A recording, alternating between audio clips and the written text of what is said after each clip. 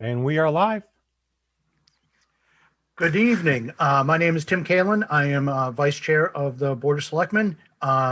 This is open meeting of the Northborough Board of Selectmen is being conducted remotely, consistent with Governor Baker's executive order of March 12th, 2020, due to the current state of emergency in the Commonwealth due to the outbreak of the COVID-19 virus. In order to mitigate the transmission of the COVID-19 virus, we have been advised and directed by the Commonwealth to suspend public gatherings, and as such, the governor's order suspends the requirement of the open meeting law to have all meetings in a publicly accessible physical location. Further, all members of public bodies are allowed and encouraged to participate remotely. The order, which is referenced at the top of our posted agenda for this meeting, allows public bodies to meet entirely remotely so long as reasonable public access is afforded so that the public can follow along with the deliberations of the meeting. Ensuring public access does not ensure public participation unless such participation is required by law. This meeting will feature public comment. This meeting is being conducted remotely using the Zoom conferencing application. The agenda notes and various means by which the meeting can be viewed: connect to Zoom via webinar link, connect to Zoom via phone, view live stream via YouTube link, watch local cable access channels 30 on Verizon, 192 on Charter. Please note that this meeting is being recorded. Be aware that other folks may be able to see you. Take care not to screen share your computer. Anything you broadcast may be captured by the recording. Meeting business ground rules. Now permit me to cover some ground rules for effective and clear conduct of our business and to ensure accurate meetings. I will introduce each agenda item and its speaker. After the speaker concludes the presentation, I will invite board members to offer their comments, questions, and motions. Please raise your hand to be recognized and hold until your name is called. Further, please remember to mute your phone or computer when you are not speaking, and please remember to speak clearly in a way that helps generate accurate minutes. For any response, please wait until the chair yields the floor to you. If members wish to respond to other members, please request to do so through the chair. Each vote taken in this meeting will be conducted by roll call vote. Just so we could be sure that we have, that everybody's connected and we can hear everybody, just like do a roll call right now. Leslie Rutan. Present. Scott Rogers. Present. Jason Perot. Present. And just to note, Julianne Hirsch is not present tonight. She is not going to be attending the meeting this evening. Now permit me to confirm that all board members can hear me. Members, when I call you, staff, when I call your name, please respond in affirmative. State each staff member's name. Becca Meekins. Present. Scott Charpentier. Present. Jason Little. Present. Chief Liver. Present. Chief Parenti. Present. And John Cordair. Present. We will confirm additional participants for their respective agenda items at the time they are brought into the meeting. That concludes that. Thanks for your patience. I noticed I did read something that I wasn't supposed to, so thanks for the chuckles. An I state your name moment. Yes. So first item on the agenda is approval of the March 8th, 2021 meeting minutes. Mr. Chair, Yes, Scott.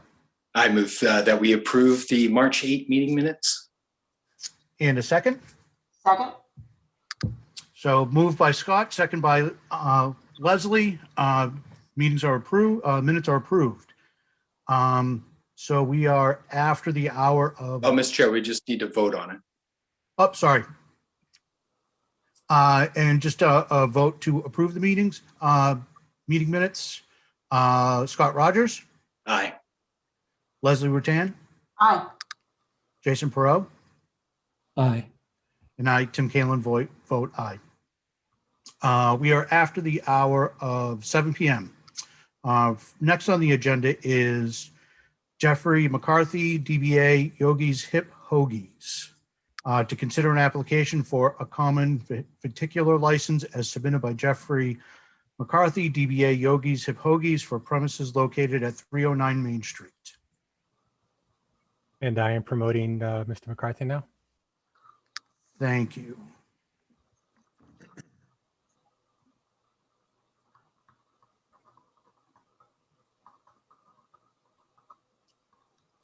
Hi, Jeff. Welcome to the meeting. Hello, thank you. So you're just applying for a particular license for Yogi's Hip Hoagies, Correct. and can you just tell us a little bit about the business and what you need the license for? Sure. We're actually taking over the Texas Barbecue Company. Oh, okay. We have a food truck, custom food truck that's actually backed up to the front door. We're not going to have any customers inside. I'm the only employee. We're going to use his kitchen to prepare all the food and then fill the truck, and we'll supply out of the truck. We do have his picnic tables on the other side of the building, cleaned up that area and painted everything, but we're not going to have any customers inside. Do you plan on having customers in the future? Inside? Yeah, No, it's a short lease. We have a 6-month with a 6-month extension because they're trying to sell the property. gotcha. So we're only here till about September 1. If we go into, we'd probably go as far as December. We probably wouldn't be open January and February. Yeah, it's tough season for a food truck. Right. And Chief Liver, did you have any concerns? No, Mr. Chair. Thank you. Any questions from the board members? Leslie? Yeah, hi, thank you very much for being here. Jeff? Or you go by Jeffrey? Jeff, please. Yeah, okay. So I'm sorry, what do you serve? What will you be serving? Give us some details about that. They're custom hoagies. We cook all our own meats. We cook our turkey, ham, roast beef, handmade meatballs, turkey balls, veggie balls, chowder, chili. Everything is made from scratch. But we'll have our top 10, and then you can make your own. We'll have pulled pork and everything. So it's a custom hoagie sandwich. Very nice, very nice. As far as where the truck is located, I noticed, like you said, that it's parked in front of the front door. Correct. And I did notice that, is it because there's actually a few reasons maybe. There's a cord for power kind of strung around down toward the front door so that you have power in the truck. Is that? No, I've had probably 20, 30 people from the town to say, turn it so people will see the awning towards the street and everything. And the advertising on the other side of the truck would never be seen. So this way here, they're both seen. We're probably going to close off that entire side. We'll put cones and chains out there so no one will even pull into that side.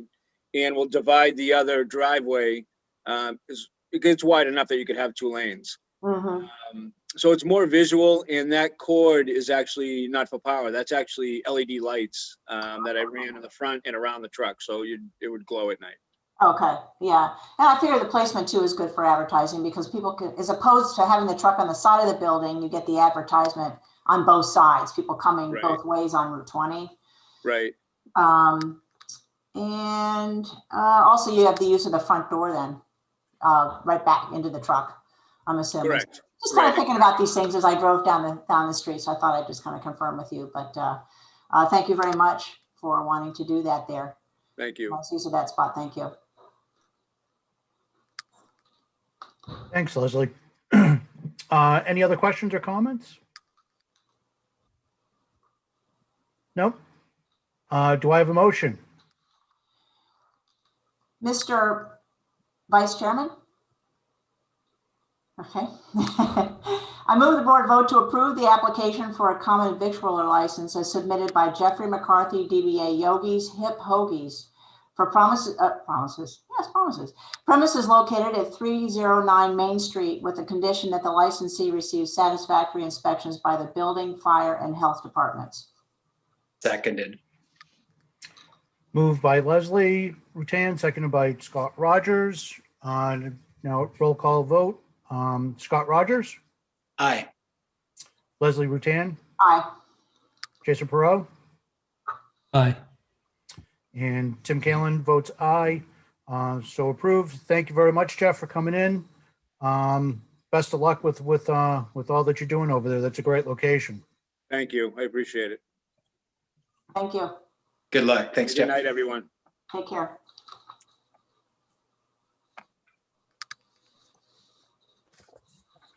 All right, we are after the hour of 7:05. Next on the agenda is Bill Frere, Town Auditor.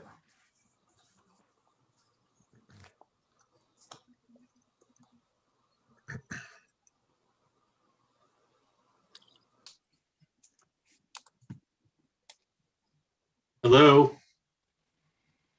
Hi, Bill. How you doing? Good.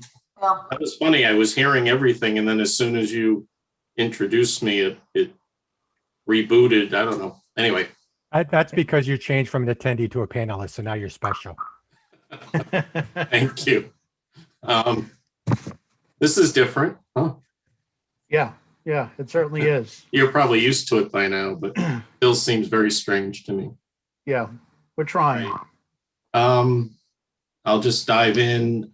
Jason, were you gonna? Yeah, let me see. I just got, it should be up on the screen now. Yeah, it is. PowerPoint should be Okay. up there. So just from an overview standpoint, I like to make sure people know the highlights. I know everyone can read, but I'll go through it. There were no audit adjustments other than the things that were required to do to create the financial statements according to GAAP. You have to keep your books according to your budget and what DOR tells you to do. So there are adjustments we have to make, but there were no other adjustments that were required to correct any mistakes or anything. We have to evaluate controls, and we did not identify any material weaknesses or significant deficiencies. We have to test for the town's compliance with laws and regulations, and we didn't find any issues. Or, we would consider reportable conditions on that. And the audit report itself was unqualified. Before I get to the last bullet, last bullet's pretty obvious, but I just want to say, and I've probably said it before, but just to make sure people don't think this is, all you get is happy talk. I can't make some of these statements in other audits that I do. I have had unqualified audit reports. I do have reportable conditions. I do have significant deficiencies on some audits. And, I do have to make audit adjustments for other than things that are required to adjust to GAAP. I have to correct, issues with the records of the town. So, I just want you to know that this is not only a good report, but it's also not a report that everyone gets. And that's a credit to the management team and the finance team. And of course, Jason in particular, who keeps the books. COVID obviously was a major challenge this year, which is why we're doing this so late. We did a lot of work that we don't typically do offsite. We typically do on-site, but we did it offsite. So, we got through it as we did with all our audits this year, but it obviously wasn't the ideal year. And looking like next year will be maybe hopefully back to a normal audit and a normal schedule. So if we can go to the second slide, Jason. We show this every year. These are you have I don't know if it's quite 60 pages, but you have a large financial statement.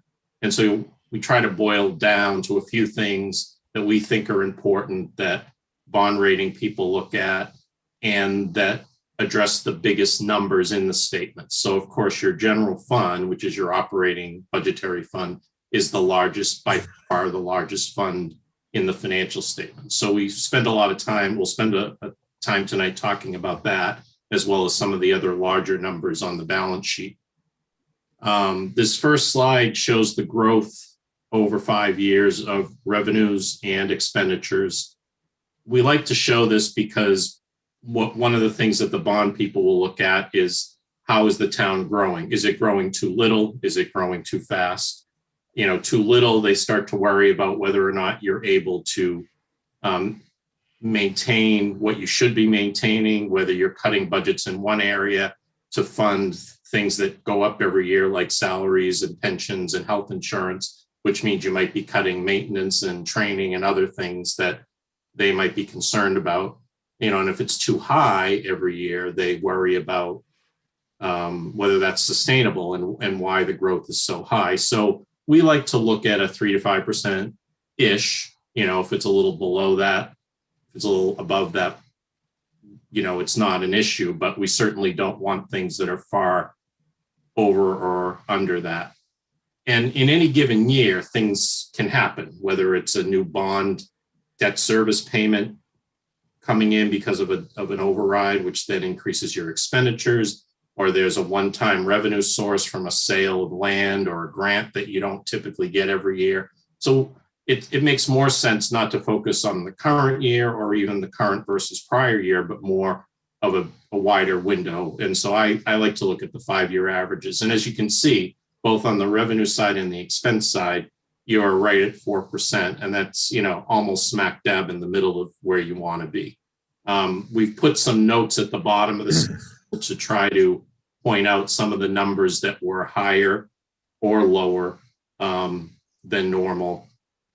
So that explains, as I said earlier, if you have a new debt service payment or, snow and ice, there's all sorts of things that can happen that might drive the number for 1 year. So it's best to focus on that 5-year average. So in terms of the general fund and the revenues and expenses and how those are trending, you're in a very good place on that. Second slide, or third slide, I guess we're on. So it's important, and again, the bond rating agencies spend a lot of time looking at this. What's your budget and how tight is your budget? And they want to make sure that you're being somewhat conservative in your budgetary estimates, which means they like to see you coming in over the revenues, under the expenses, because there are going to be those inevitable bad years. There are going to be recessions. There are going to be times when things are going to get tough. And if you don't have a little bit of a cushion, like this year, to work through some of the issues with COVID, you could get into trouble very fast. So those first two columns, of numbers show the budget to actual for the expenses and for the revenues. And as you can see, again, focusing on the 5-year average, revenues are 1.6% average to budget, expenses are 2.1. Those mean favorable variances. Revenues higher, expenses lower. And that's, again, a good place to be. You don't want to be too tight on those because you won't have room to navigate. Your revenues this year, because of COVID, were, barely exceeded your budget. But you were very conservative, cutting expenses on the expense side, so you had a decent favorable variance on the expense side. And just like we talked about in the last slide, you don't want things to be up in the 5 to 6% area every year because, people are going to be thinking your budgets are too conservative. So again, I think, that 1.6 and 2.1, it is almost, exactly spot on for where you want to be. So that's, again, another good thing. We also look at, can we hop back, Jason? Thanks. The last two columns, we show the free cash that you're using. And we've talked about this a lot, but I think one of the best decisions you've made, and since you've done this, I've tried to push other clients to sort of look at this, is to have a consistent use of free cash for the operating budget. You're always going to regenerate, even in a really bad year, you're going to regenerate a certain amount probably of free cash. So if you build in a reasonable amount like you did, the 675, even in a bad year, you're more than likely always going to regenerate 675. If you use all your free cash, your favorable budget variances will regenerate that. So that's good, because otherwise you've created a structural problem in your operating budget. And then the excess free cash that you might have, when you have those good years, it's higher. When you have those bad years, it's lower. That can then be used for one-time things, capital or other items. So again, I just think that was such a great decision to make. And, you've kept that 675 consistent. And as you can see, the capital other has gone up or down based on how much you regenerate from the kind of year you have. So that's a plus, and that's something the bond rating agencies, they not only like the numbers, but they like the fact that you've adopted a policy and you're following that policy. There are too many towns that are reactive. Oh, we have all this free cash. Let's add something, to the operating side. And then you don't have the free cash next year, but it's built into the budget. Now what do we do? So it really was a good decision. Next. Thanks. Again, the bond rating people spend a lot of time talking about reserves. They like to see towns have something in reserve because, for anybody who's been around long enough, and I've probably been around longer than anyone, I've seen the real bad spells where it can get really difficult. As a matter of fact, when I first came to Northborough, you not only did not have free cash, you had a large free cash deficit, in part because of some, mistakes on the accounting side.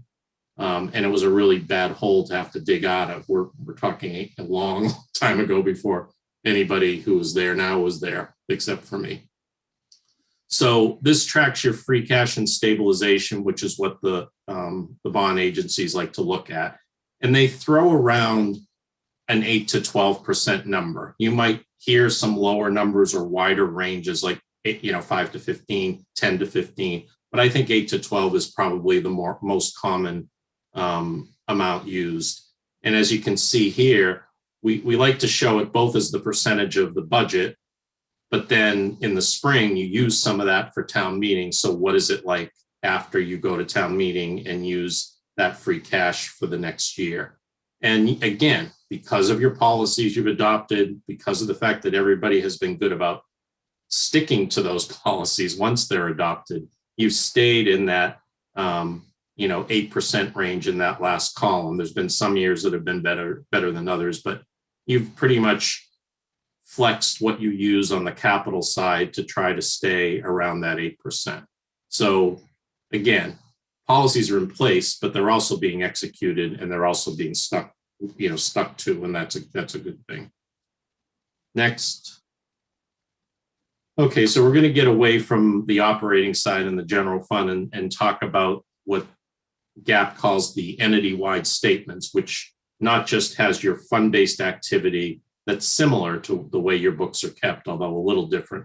And this loads in everything: your fixed assets on the asset side, your OPEB liability on the liability side, your pension liability on the liability side, your accrued sick and vacation for employees. There's a lot of things that aren't on the fund-based statements that come onto the entity-wide statements or the government-wide statements. And again, we've talked about all this. The OPEB liability, I know everybody gets frustrated with it because, as you can see from this 5-year trend, it's gone up and down, from 34 5 years ago up to 42, down to 34, up to 36.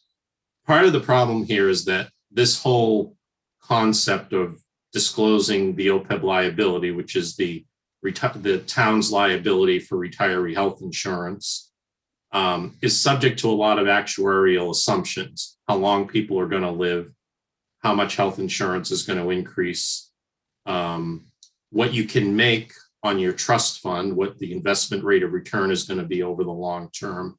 So there's a lot of assumptions. And those assumptions not only change over time, but because this is new, assumptions that were used early on in the first couple of years are now being refined. And there was a reaction to, maybe we've been a little too aggressive or overly optimistic on the investment rate of return, long-term investment rate of return. So they've knocked that stuff down a little bit. Health insurance costs have come down a little bit. So the projection of future health insurance costs have gone down a little bit. So you have a lot of stuff going up and down that really has nothing to do with what you've done. It's just the actuarial assumptions over time have changed. So you just kind of got to ride with it.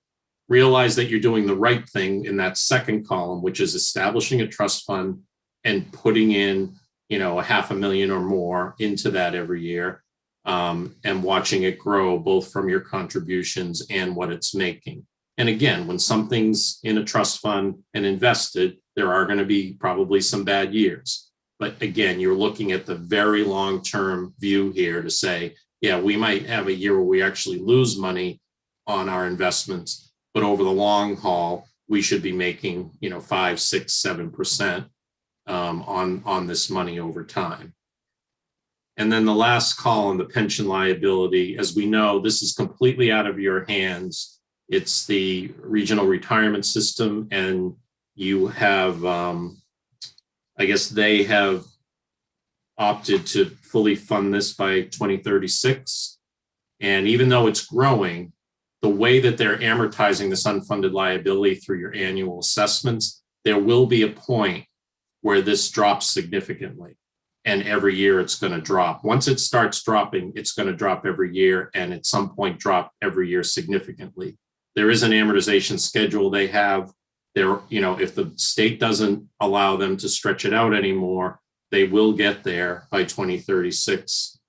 And at that point, there's talk about how much your assessments would go down, and would that be wise to then switch that differential over to the OPEB liability once you're not funding this additional amount in your pension assessment to deal with the unfunded liability that all these pension systems were allowed to build up. So it's all the right stuff. It's just these are very long-term things that you have to kind of look at. Next slide is your debt. Again, because it's one of the big numbers on the balance sheet, it's certainly something that the bond rating agencies focus on. You've always had a reasonable amount of debt for the size of your budget. It will go up and down as town meeting approves projects. This includes not just the operating side, but the water and sewer side. So you have gone down over the last 5 years from 29 million, which 29 million wasn't a bad number at that time, and you're down to 21 million. Inevitably, there'll be big projects coming, and that will go up again. But what they like to see, again, is towns reinvesting and having the ability, to borrow, to pay it back, but not to be borrowing for all sorts of little things. I have towns that have trouble funding, unlike you, because of your free cash policy.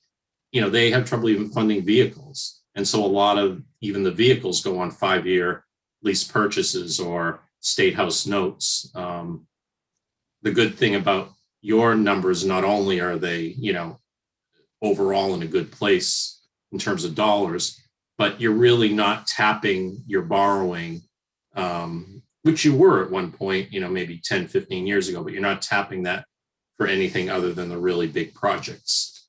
And so that's a plus. And then the final slide is fixed assets. And again, I show this because, as you can see, it's really the biggest number in your financial statements. So this includes everything. When I say fixed assets or capital assets, it's buildings, land, roads, all your infrastructure, water and sewer, pipes, everything, plus vehicles, equipment, that sort of stuff. The important thing, again, is that they want to see the gross number, which is just the actual value of the actual historical cost of these assets going up, because that says to them, this town has the capacity to continue to replace things as needed and add things as needed. So you've gone from 156 million, 157 million, up to 175 million over the last 5 years. Average of 6.1%, reasonable growth. There may be times when that'll be a lot higher because you may have a couple of big school projects down the line, hopefully way down the line, I'm not sure. And then on the other side, it shows it of depreciation. And again, those numbers can kind of go up and down, but and I'm a little skeptical, sorry about that first number. The 33.3% is probably incorrect, but the other numbers, the 3.8, you just, it's going to come down in the years that you don't have large projects because you have so much infrastructure, the roads, the water, sewer, that are getting depreciated every year. that's okay as long as at some point you'll have jumps because of these big projects. So again, apologize for that set of numbers, but the 17 to 20 changes, are kind of the normal types of numbers that you like to see. So overall, this paints a really good picture of where the town is. And as I've said earlier tonight and said every year, it's so critical. You have done so well in being presented by management these policies and procedures that are based on best practices. You've listened and been willing to adopt them. They've been enforced. They've been kept to. You haven't done any short-term things that say, well, we can't do that this year. You've really stuck to your plan. And I think that is what makes so much of this so smooth for you. And it is not the case everywhere. So that's kind of overall. Anybody have any questions?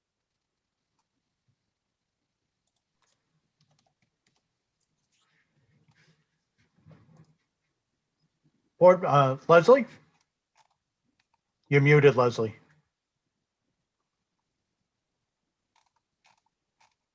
Sorry. Thank you very much, Bill. As always, a great explanation. I appreciate you being here tonight with us. So getting back to the OPEB liability, you feel that right now, based on everything else going around and the different variables and the moving parts, that we're doing a good job in terms of the amount of money that we're contributing to the trust fund? Yeah, I think you're doing, more than a lot of towns are doing. You've been progressive, and in the long run, that's going to help. It not only keeps your liability down the more you put in, but your actuarial assumptions are more favorable as that trust fund builds. So it's kind of a double benefit when some of these assumptions can change because your trust fund is getting up there. That also lowers your liability, not just because of the 500,000 you put in there. So I think going, with the constraints you have and all the budget, you're being pulled in 5 different directions, 10 different directions. I think you're doing a good job. I have some clients that haven't put a penny in, and they, over time they will regret that. Thank you very much. Sure. Any other comments? Jason? Oh, I'm sorry to interrupt. I just wanted to make the comment that I just looked up the 2016 statements, and that 33.3% is correct. What that is the Lincoln Street School coming online that year. While it was construction in progress, it wasn't being depreciated, and it dropped in that year and came online. So that's what's behind the higher than usual increase that year, and that's typical of like Bill was saying, it's typical of a large project being completed. So that's it. Thank you. Thanks, Jason. That's what I figured, but thanks for taking the time to have that at your fingertips and mention that. Anybody else? John? If I may, I just want to publicly acknowledge Jason Little, our finance director. He's wearing 2 hats here. The clean audit is Jason as our town accountant. And then as a member of the financial team, Jason was involved in, as were several of the board members, particularly Leslie and Jason Perot, in creating these policies that have served us so well. And really, it's the discipline of the advisory boards and committees like the Board of Selectmen, Appropriations, and Financial Planning, to have that discipline to stick with those policies. And nowhere did that come back in a positive way stronger than in fiscal 21, when all heck was breaking loose everywhere and cities and towns were slashing budgets. They couldn't put budgets together. And we, following our policies, we knew exactly what we were going to bump, exactly what we were going to postpone, what we had for reserves, and we went off without a hitch. And ultimately, we wound up giving significant tax relief in fiscal 21 to our residents. The average single-family home tax bill went down $65. And again, it's just a success story showing that, having good discipline, good policies, but then the discipline to stay with it allows you to handle and manage difficult financial periods, because as Bill Frere mentioned, they will come. I've gone through 3 of them in Northborough already over the 18 years that I've been here. So that discipline is just absolutely critical. But again, I really just want to acknowledge Jason on a day-to-day basis, none better. And as far as the budget and the management team, can't imagine doing all this without him. So I just want to make sure that he gets proper credit. Thanks, John. Thank you. Leslie. Yeah, I wanted to thank Jason too. I was almost going to say the exact same thing John did when he first started out, but we really very, very much appreciate it. I don't know how you do it. It's amazing. And then obviously working with Bill and everything having to be put together and assimilated to provide this kind of document for our board. But it's just so much work over the year. I just very, very much appreciative of it. And working with John, of course, and Becca in any capacity, I think it's really very, very impressive. We really very much appreciate it. Thank you. Thank you. Yeah, thanks, Bill. The presentation was terrific. I find it very helpful to hear comparisons to some of your other clients. Sometimes you live in a bubble and you don't realize what's going on outside of your boundaries. So it's helpful to hear that everybody else or other communities aren't as fortunate as we are to have the financial management policies that John mentioned, that Leslie and Jason Perot were part of, and then having the team and the people like John and Jason Little to navigate when we do hit bumpy waters and having everything in place so that the town comes out whole on the other side. So it's helpful to hear that. Thank you. Sure. Anybody else? All right, perfect. Thank you. Thanks a lot, Bill. Very much appreciated. Okay. Bye. Thanks, Bill. Hi, Bill. Bye. Bye, Leslie. So we are after the hour of 7:15, and next on the agenda is a joint public hearing with the Board of Selectmen in the Appropriations Committee for the fiscal year 2022 proposed budget.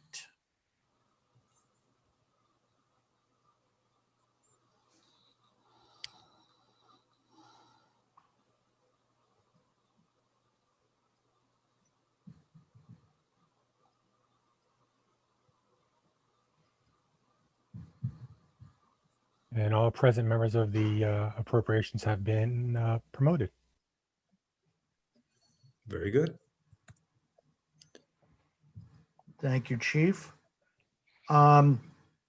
Just want to go through or first ask Rick from the Appropriations Committee to call into session the Appropriations Committee. We go. All right, my name is Rick Neighbor. I'm the vice chair and currently the acting chair of the Appropriations Committee during Elaine Kelly's absence. At this time, I will call our committee to order and I will have a roll call of our members. Do you please raise your hand? Do you please say aye when I call your name? George Brinkle. Aye. Bob D'Amico. Aye. Janice Height. Aye.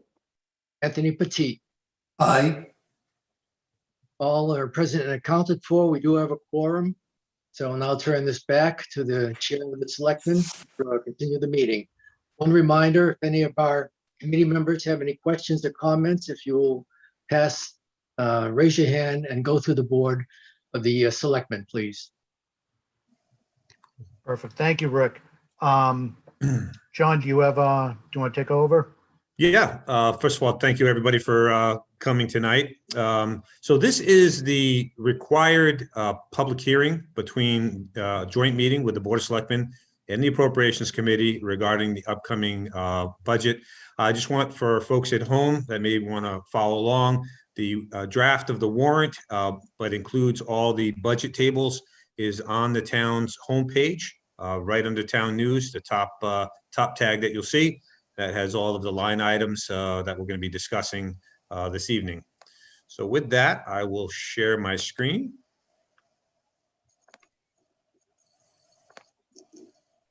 All right, everybody see that okay? All right, so in terms of tonight's agenda, I want to do just a brief recap of fiscal 2021. As you heard from our auditor tonight, it was hardly a typical year. Oh, hang on. Chief, is everything okay with the audio and visual? Yeah, I don't see you though. Hang on a second. My camera just went out.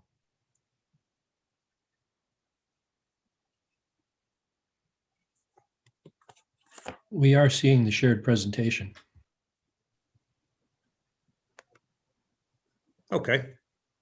Am I back on? Yeah.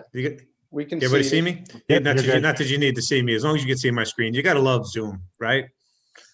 Okay, so as far as the agenda, a brief recap of fiscal 2021, because this was not a typical year for us, and it has had major impacts on our budget cycle for preparations for 2022.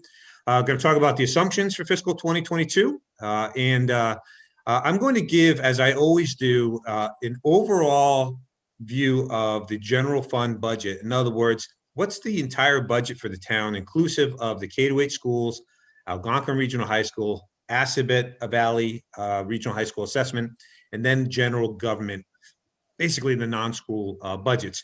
The point of tonight's meeting is really to focus on the general fund budget highlights.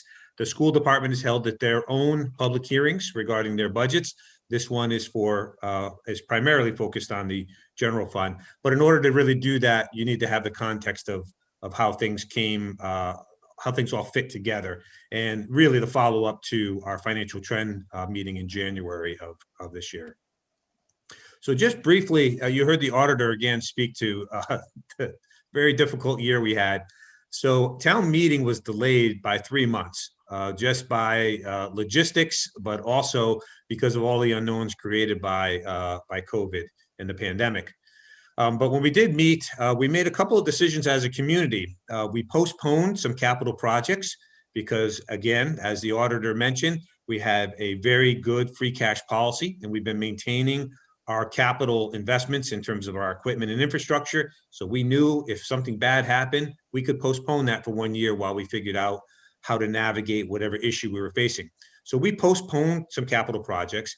And we also made the decision to use an additional $378,000 in free cash to offset at the time, which was anticipated to be some very significant revenue reductions, not the least of which was state aid. We were originally anticipating up to a 17% cut in state aid. Now, we had no idea where things were going to shake out because the state did not complete their budget, which should have been done prior to July 1st of last year. They didn't complete their budget until December, 6 months late. And it wasn't until late fall that we understood, or the state was able to tell us, that they were going to level fund our local aid, really because they could not get their own budget balanced. And all the municipalities across the state had to set their budgets, and they couldn't do that without knowing what their state aid number was. So ultimately, federal funds came in to prop up the state budget, and they decided to hold our aid level. Now, what that meant for the town of Northborough was we had a decision to make. We could have held a special town meeting and spent that additional revenue, or we could just sit tight, not knowing how the rest of the year was going to play out, and create some budget capacity, but most importantly, create some tax relief for our residents and our businesses in town. So in November 23rd of last year, that's when we set our final tax rate, and the final budget was locked in, and we used the level funded state aid number. The result of that was that the average single family home tax bill reduced by $65. Now that's just incredible, because if you remember, we were looking at a $260 increase in a typical year. That's what we're looking. So you're talking about a swing from, instead of going up $260, we went down $65 for the average single family home. All the tax bills were reduced because, again, we took those revenues from the state, and we, short of not having a town meeting and not spending them, The only thing they can be used for when you go to set the tax rate is to reduce the impact. That was a phenomenal year for us in terms of being able to be responsive to what the residents and the businesses were feeling. Across the board tax relief. That's pretty incredible. So that's really the basis upon which fiscal 2022 is being put together. So all budgets were cut back. Remember, we came in at a 1% budget, and so the whole baseline budget started out at a lower pace. So now shift gears and talk about leading into fiscal 22. What are the assumptions? Well, when we met back on January 14th to talk about the financial trend monitoring, we told you at that time that we do not have any intention of going beyond the limits of Prop 2.5, which means we're not using our levy capacity. Right now, Northborough has $3.4 million in levy capacity. And basically that means that we have not taxed our residents and businesses to the limits of Prop 2.5 to the tune of $3.4 million. So on an annual basis, let's just start with the fact that Prop 2.5 is an arbitrary and capricious limit on budget growth, right? Be that as it may, many towns are at that limit, struggling and going for overrides. Several of our neighboring communities have passed overrides in the last couple of years because they don't have that levy capacity. We have taxed below the limits of 2.5, so we have that levy capacity, but we're not dipping into it and we're not using it for fiscal 2022. In fact, based on the numbers that Jason Little and I were reviewing earlier in the week, we anticipate actually adding slightly to our levy capacity for this budget. The second thing is we are going to use the state aid number that was proposed by the governor. So the only number we have to work with at this point is from the governor's budget, which was released on January 27th. And that has our state aid going up 1.6%. So that's the number we're using in this budget for state aid. On a positive note, remember when we created our budget originally and for fiscal 2021, the economy was shut down. I mean, completely shut down. We didn't know how long that was going to last, and we didn't know what the impact was going to be.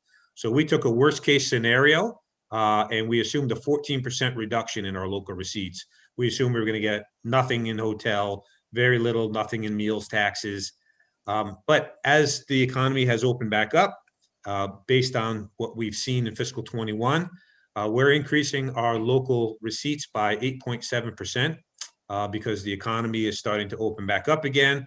And we believe that's going to only improve as we move into fiscal 2022. The fourth bullet here is critical. You again heard the auditor talking about being disciplined about how many one-time revenues you use in your operating budget. So we dipped into our free cash last year just in case we needed it to the tune of $378,000 above what we normally do.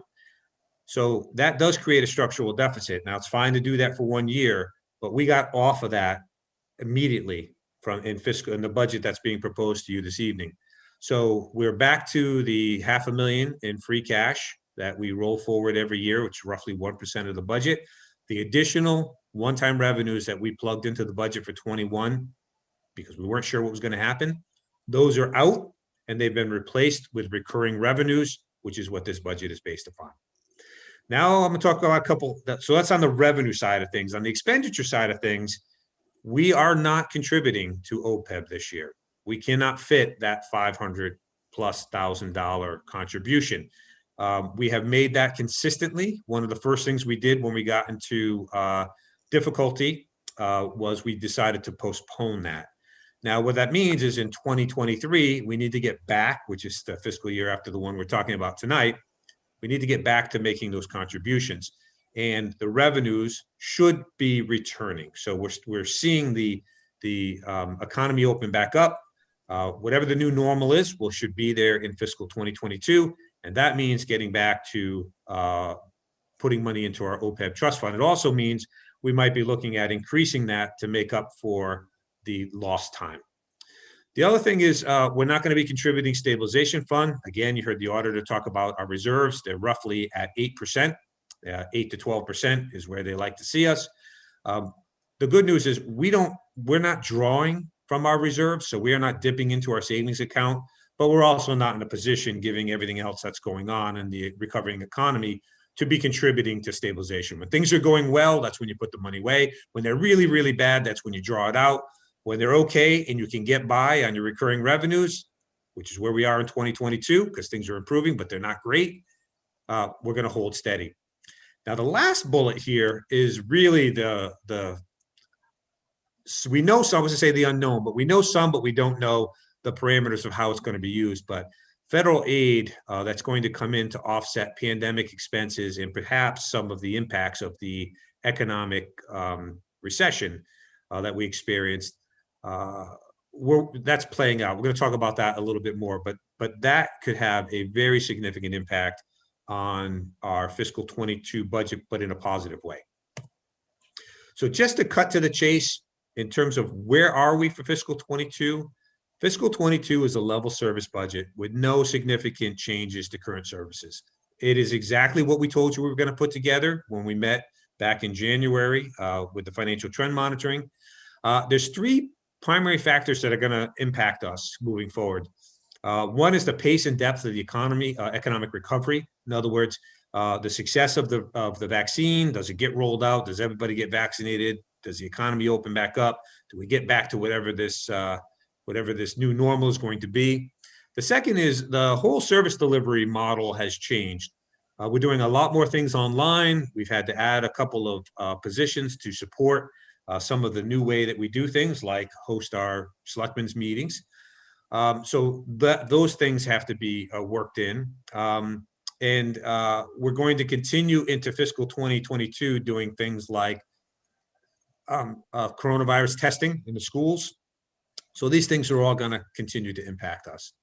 And then last but not least, again, the federal assistance, the money that the numbers that are coming through right now are significant. And again, we'll talk about those momentarily. But in terms of the big picture, it's a level service budget with the minimum increases that we need to maintain the current services that everybody's enjoying. And that is for general government, as well as the K-8 schools and Algonquin Regional High School. In terms of the revenue assumptions, we're looking at a 2.9% increase for taxes. We project right now that we are going to come in under the levy limit for local taxes by $514,000. And that's based to no small reason on the new growth, and that's the economic development that we have seen around town, particularly out on Bartlett Street. So when people say, well, you know, where's all that money going? That money goes to reduce and to minimize the tax impacts for all of our residents, because basically the budget base grows. In terms of local receipts, I've already mentioned 8.7% increase. So things are improving and they're going to continue improving. State aid, 1.6% under the governor's budget. And then last but not least, we are off the extra one-time revenues in the operating budget. We're back to the 500,000. The state forecasts, I just want to point out on this slide that the state thinks that their revenues are going to go up 3.5% this year. They held a revenue consensus hearing, and the range was anywhere from a couple percent up to 8%, depending on how fast the economy opens back up. But they agreed on 3.5%. That's the legislature and the governor, and that's what the governor's budget is based upon. So you may ask yourself, well, why is Northborough's state aid only going up 1.6%? And it's very simply because 3/4 of our state aid comes in the form of educational assistance. And that is based very heavily on the socioeconomic demographics of your community. We're a well-off community, and we just don't get that much aid. So we're really only going to see 1.6% in state aid growth. This is not unlike what we saw for the last 5 or 6 preceding years. Even though the economy was doing really well, our state aid always lagged. This is a profile. You've seen this many times. This is like a 30-year history of state aid. You heard the auditor talk about previous recessions. He was talking back in the early 90s when we had negative free cash. That predates me from being here. But I was here for the recession in 2003 through 2004, and certainly the one in 2010. But look at the far right columns. That that cut that we saw, that we were anticipating out here in fiscal 2001 should have looked like this or looked like this here. And that's what we assumed. But the federal government came through, provided CARES Act funding, and we were held harmless for the worst of the pandemic. Not knowing that and not being sure about that, we assumed the worst and we planned for it. And thankfully, it did not materialize. But what you're seeing here at these top two plateau here, fiscal aid in 2021 and 2022 are pretty much flat. So as our budget grows by 3 to 4%, as you heard from the auditor, and state aid only goes up 1 to 2%, that's why you're going to continue to see pressure always on the tax bill. That's why this board and the Appropriations Committee is so focused on making sure that the affordability component is always there. In terms of state aid as a percentage of our operating budget, you've seen this graph before through the trend monitoring presentation. In fiscal 2003, state aid was over 13% of our operating budget, and today it's just about 8%. So as a revenue source, it continues to decline. Let's just talk for a minute about this federal assistance. So you're all aware of the Coronavirus Relief Fund that was passed, and 1.3 million was designated for the town of Northborough. So that was extended. That was supposed to expire at the end of last year, and it was extended to the end of this calendar year, 2021. And to date, we have either spent or committed about $500,000 of that. The biggest chunks of that, frankly, went to the school department for testing of students and teachers. We have a weekly testing program that we run for all town staff and all school students and staff. And that's been how we've been able to effectively run our operations. Other than that, we've bought a lot of rubber gloves and masks and things to deal directly with the impacts of the coronavirus response. What we cannot use that money for is general revenue replacement. So we're very limited on how those funds can be used. So that is still remaining. That doesn't go away. On top of that, the American Rescue Plan, which the President Biden signed into law on March 11th, I believe, is a $1.9 trillion aid package. It has $130 billion for local governments. This is money that will come directly to local governments. In other words, unlike the previous coronavirus relief fund, it doesn't pass through the state. It's going to come directly to us. Now that money, the money will go directly to the state, and money will go also directly to the school department. That won't flow through the town. So there is money in addition to what we're showing here that will go directly to the school department.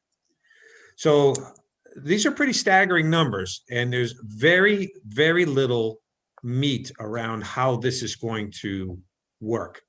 But based on population, the town has just shy of $1.5 million. It's $1.49 million that's coming directly to us. Now, in this formula, through the act, there is money that goes to county government as well, which is considered local government. Well, that issue is in Massachusetts, we don't have county governments. We abolished them.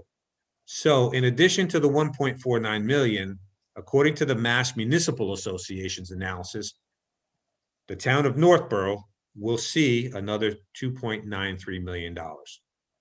So in total, we're looking at $4.42 million. These numbers are staggering to me. What we don't know, well, we do know that a portion of it will be allowed for use as revenue replacement. And but you have to go back and look at what you actually lost in revenues. So they're going to pick a point in time, and whatever you lost in revenues after fiscal 19, when coronavirus hit, you'll be able to backfill those with some of these funds. There's money that can be used for capital projects potentially. There's all sorts of things that these funds can be used for. We don't have the detail. We've got broad categories, but as we all say, the devil is in the detail, and we're waiting to get additional guidance from administration and finance at the state level. So the other thing is that this money is supposed to be coming to us in essentially 2 rounds. We assume it'll be 50-50. The first round is due sometime in May or April for this year. And then sometime around March of next year would be the second round. So if you're like me, from this presentation, 90% of your questions should be about that $4.42 million. I don't have the answers for you just yet. But what I can say to you is, as we go through and show you the balance of the budget, which is a very conservative level service budget, the numbers in terms of tax impact should only go down with the availability of these funds. So let me move forward. This is our revenue picture, and this is not inclusive of any federal grant funding. So this is a typical pie chart for us. State aid is about 2% of our 8% of our budget. Taxes are about a little over 80%. Local receipts 6.2%, and then the free cash pretty much stays level at around 2.2%. The other funds are the revolving fund transfers in, the EMS revolving fund, the cemetery deed money, sales money, that type of stuff. This pie chart, you've seen it. It's not changing. So this is the overall, this is the budget and brief table that you'll see in the finished budget document when we put the whole package together for you. If you just go down to the bottom line, like I always do, under the general fund, we are looking at a fiscal 2022 proposed increase of 2.24%. That's everything, Decatur, Algonquin, Assabet, and the general government departments. The enterprise funds are down at the bottom. We're seeing a rather significant increase in our water enterprise fund because our MWRA, the Metropolitan Water Resource Authority, our assessment went up 24% this year because all of our people in the suburbs are home using lots of water, and all of the urban centers are empty and the businesses aren't open. And so there's a shift in the one-time shift in the fiscal 2022 assessment. But even controlling for all of that or including all of that, if you look at the bottom line here across all funds, general fund and enterprise funds, we're looking at a 2.73% increase. In my opinion, a very reasonable increase under the circumstances, particularly given that we are maintaining services and these numbers do not take into consideration any of those federal funds that might be coming or will be coming. So key budgets, just briefly, the Northborough K-8 schools, their budget target was 3%. They came in at 2.47%. The K-8 schools in fiscal 2022 is receiving about $611,000 directly in federal aid through the ESSER funds. So that's how they're paying for all the extra expenses to deal with the impacts of the coronavirus and the pandemic. So social distancing and all of the employee and personnel impacts that they're experiencing. They're able to come in at 2.47%. The general government, this is the non-school departments, police, fire, DPW, and administration. We are covering in at 3.17%. We actually came in at our target that we said we would at 3%. And then last week we were told that the Norfolk Agricultural High School has a student from Northborough going there, and under Mass General Law, Chapter 74, if a program isn't offered at our regional high school or our vocational school, they can go anywhere that program is offered. That is a $38,000 hit that we just took for that, between tuition and transportation for that one student. Given the 11th hour that we were at, all of the budgets were done and completed, and the budget was done.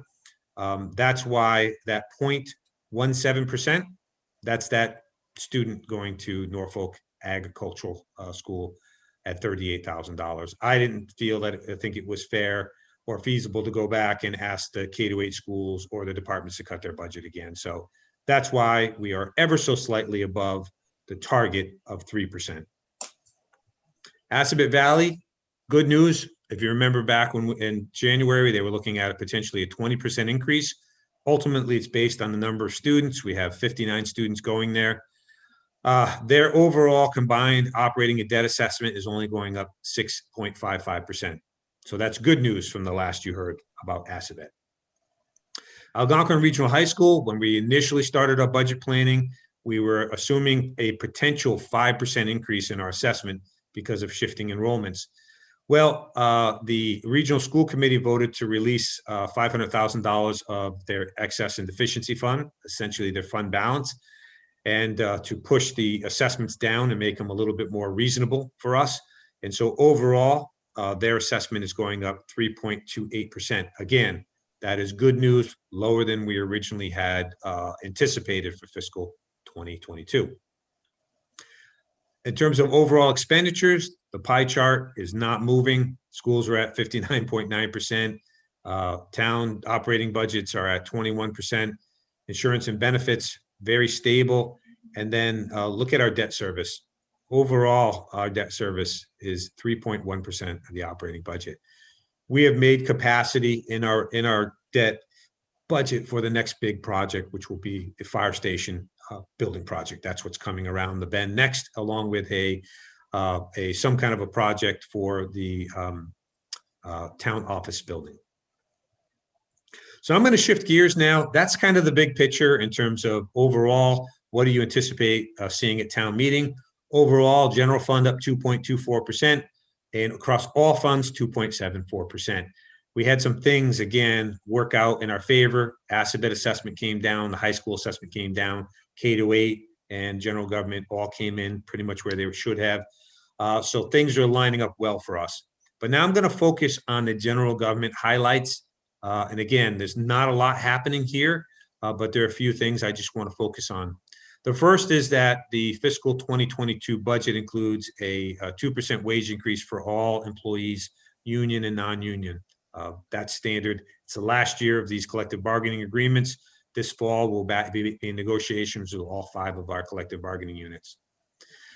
If there's something in here that is a service level expansion, it is I put the facilities manager back in this budget. It was cut from the fiscal 21 budget.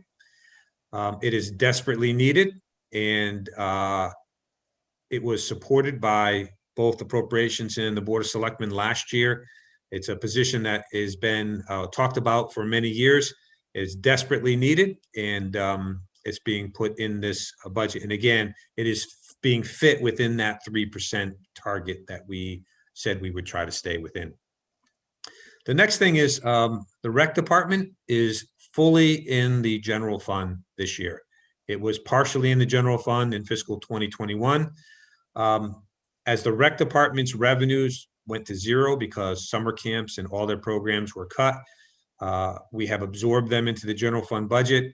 They're already back and running. They're running summer camps. Their program's getting up and running. Our approach to recreation has been, we've got a fantastic rec department, and they're 100% self-sufficient with program fees. That pays for all the programs that they do, but it also pays for the rec director, the admin, and their benefits. This obviously can't happen if the economy is shut down.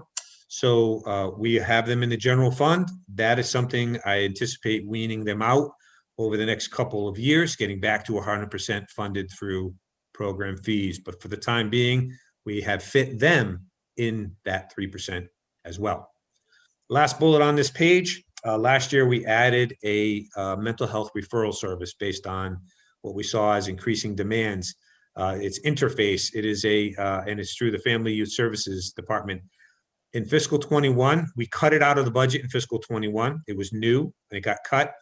And it was paid for using trust funds. That's not sustainable, so that has been brought into the general fund for fiscal 2022.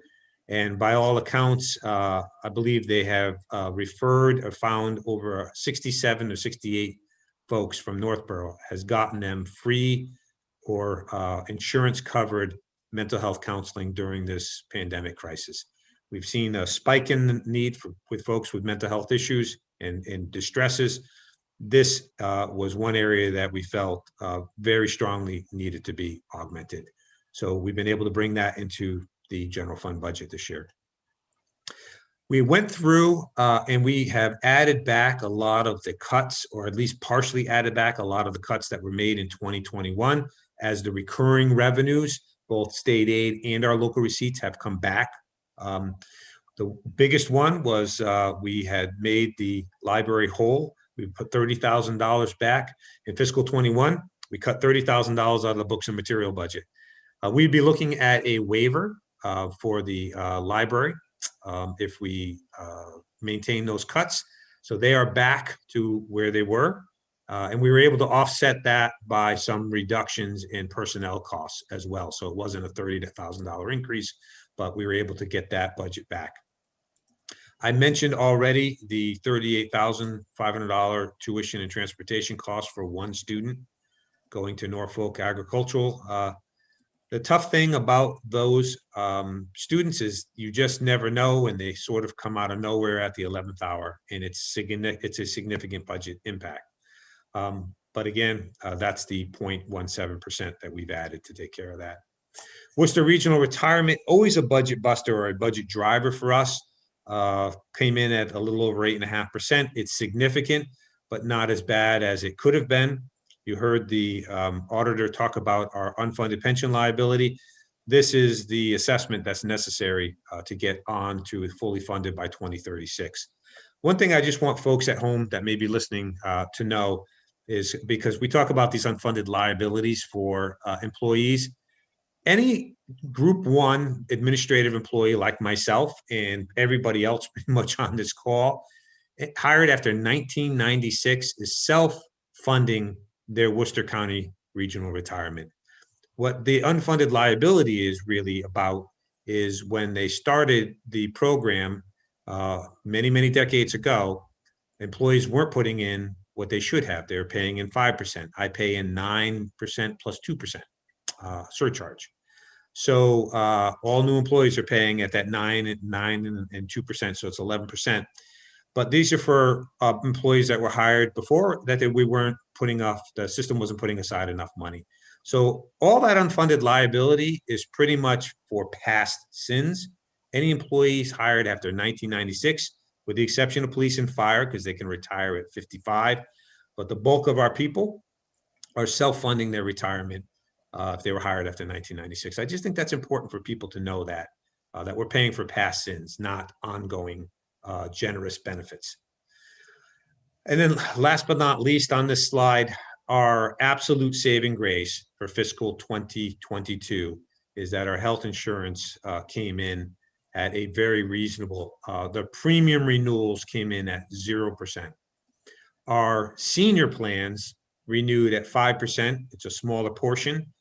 And we originally had assumed that the teachers for the K-8 schools would increase their contribution to match the non-school employees. But given the impacts of COVID and everything else that was going on, that was set aside for negotiation purposes. The bottom line and the net impact is that our health insurance budget for fiscal 2022 is only going up a little over 2%.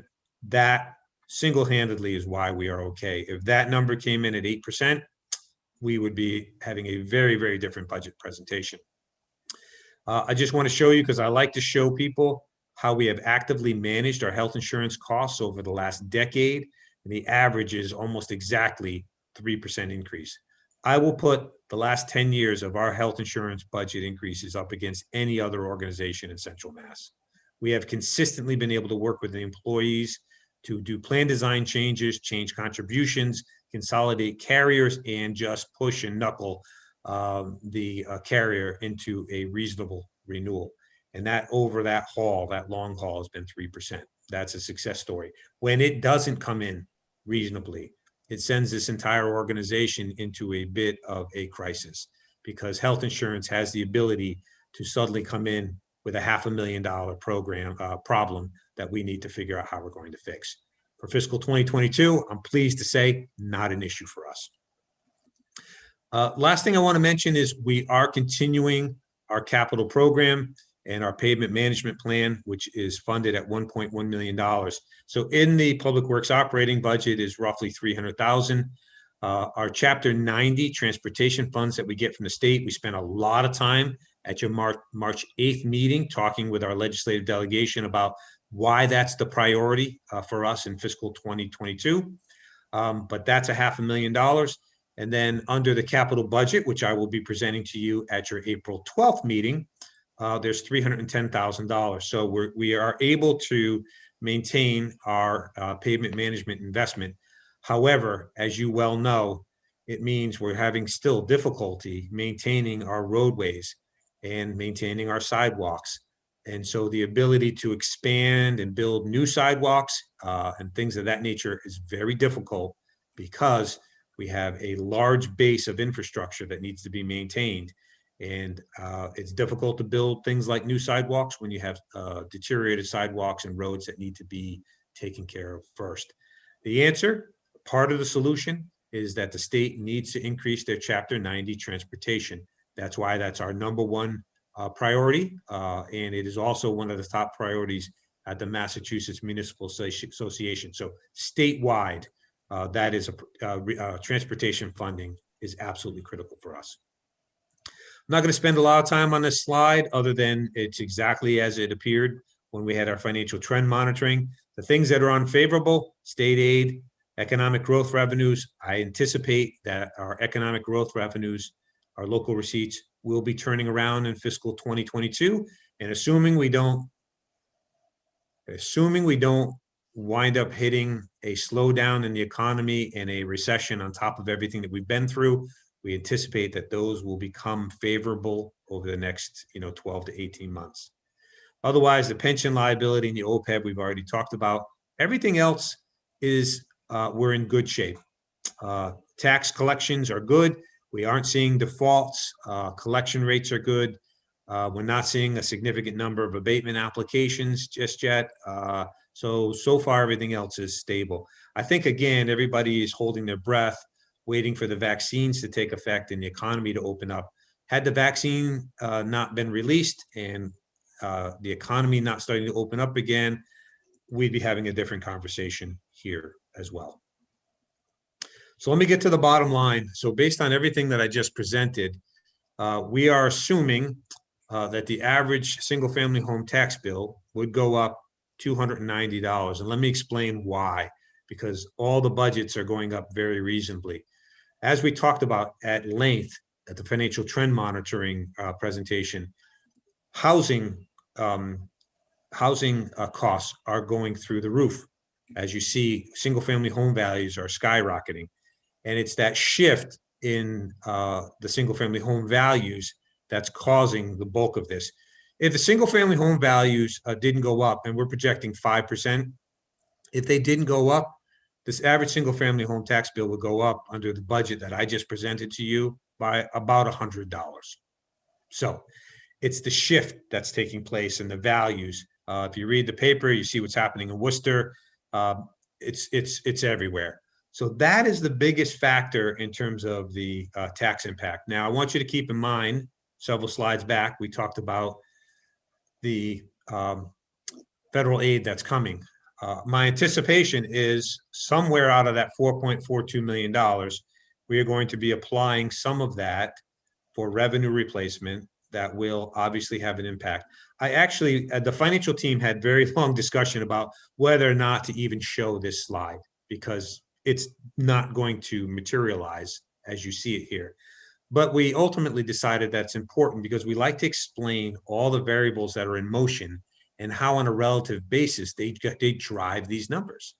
Because it's not just the tax rate, it's not just the value of the house or the budgets, it's all those things combined determine ultimately your single family home tax rate.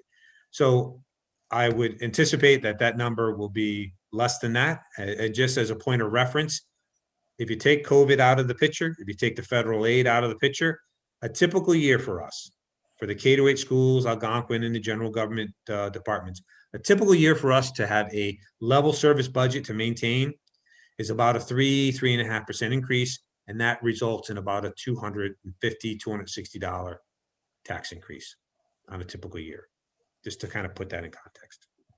So with that, I'm going to wrap up. You see the budget is below the confines of Prop 2.5. All the core services for the general government and the schools is being maintained. We are off the additional one-time revenues in the operating budget from fiscal 21. We're not using stabilization or free cash reserves to balance this budget. We are also no longer postponing those capital projects, so we're back to investing in our buildings and our equipment in fiscal 2022. And then last but not least, I think this is a reasonable budget with a reasonable tax impact, all things considered. And again, I anticipate that that tax impact will likely be reduced as we move through this process over the next several months. So I appreciate everybody's attention. I know that was a lot of information, but I'm happy to answer any questions that you may have. And again, just so we're clear, the purpose of this meeting, of course, is to speak to the Board of Selectmen and the Appropriations Committee, which has been holding weekly meetings, reviewing pieces of this budget as we go through. Appropriations Committee isn't complete yet. They have one more meeting on April 1st, and then they will vote their recommendation. So part of that process is this public hearing tonight. So we'll certainly, through the chair, can answer any questions from the Board of Selectmen and Appropriations on anything I covered. But the point of the meeting is a public hearing to take public comment as well. So with that, I'm going to stop talking and happy to answer any questions. Thank you very much, John. That was great. When I got the information today about the federal money, it took me a second to digest, because that is a big number. I was very surprised by that. I also looked at the $260 tax increase that you made in the presentation, and looked at the $65 reduction that we had in 21. Average that out over the last 2 years, average that comes out to $100 a year during a pandemic. That's pretty amazing, considering that the economy was completely shut down for 3 or 4 months, and to have our taxes only go up on average over the last 2 years by $100. That's pretty amazing. So thanks everybody for all their hard work on that. So first, do any members of the Board of Selectmen have any questions for John or comments? Leslie? Yeah, thank you, John, and thank you for explaining everything so comprehensively, as usual. Very much appreciated. Just to refresh, could you define the facilities manager position and what that person would be doing? Absolutely, because really one of the goals of that is to take a lot of what has been falling historically in my office and more recently in the DPW director's office. I have to say, Scott, the only way I've been able to function in this last year is because Scott has come into my office and said, "How can I help you? What can I take off your plate?" And so a big thank you to him. But the facilities manager, we have all of our buildings, the town hall building, the library, the senior center, even the public safety structure. So everything except the school buildings. Things happen. Boilers go, we make improvements, we put roofs on, we bid out, improvements to these structures. All of that requires somebody to put bid specifications together and to oversee that. And historically, that has always been my office. So me, and back most recently, Becca Meekins, the assistant town administrator, has been working on that stuff. And so literally, when this is a true story, when the boiler dies and the steam pipe pops at 3 o'clock in the morning, I get the phone call. Literally, I come in my sweatpants and look at it, call the contractor, and I deal with it. I have a senior center director who is a phenomenal senior center director, and she does a great job, but she's not a facilities person. We have a geothermal system, and you open the door to that heating system. It looks like the insides of a nuclear submarine. And she cannot be expected to manage that, right? So who manages it? Me, Becca, most recently Scott. So we have people whose job it is to run and perform a service. The library director should be focused on providing library services, not trying to figure out why the heat isn't working or the building, there's a leak, or if you have, right now, they have a community preservation project to fix the roof and the flashing and to do some interior repairs to the plaster. Well, the library director is trying to do that, but that's not her specialty. So it comes back to our office and then I give it to Scott. But no, we're all working together. And then on the preventative maintenance side of things, you know, we could be doing so much more in terms of economies of scale, of maintenance contracts and bidding things out across the board for all of our buildings. And then ultimately, somebody has to stay on top of the contractors when they come to do the work. You remember the issue that we had in the front of the building of Town Hall. What complicated that was that it happened twice where the front of the building was compromised. I had to hire a structural engineer to come in, and, you know, again, I'm trying to run the town. That's not the best and highest use of my time. This, I think there are, the other thing, let me just say one more thing.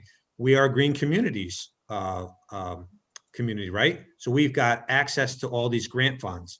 Well, Becca, myself, and Scott are doing insulation projects for the school department, but we just completed some work over at the police station. All of these things, including access to grants and follow up with grants, that's what this position should be doing. Every town around us has a full-time facilities manager, even the little town of Southborough right next door that's half our size. It's long overdue. I've been happy to do this work largely out of my office. It's not sustainable anymore. And we've reached basically we reach a breaking point where the workload in our office is unsustainable. You know, we're looking at 65-hour weeks. I was here all day till 9:30 at night on Saturday, trying to do the budget and facilities and everything else. And we need help is the bottom line.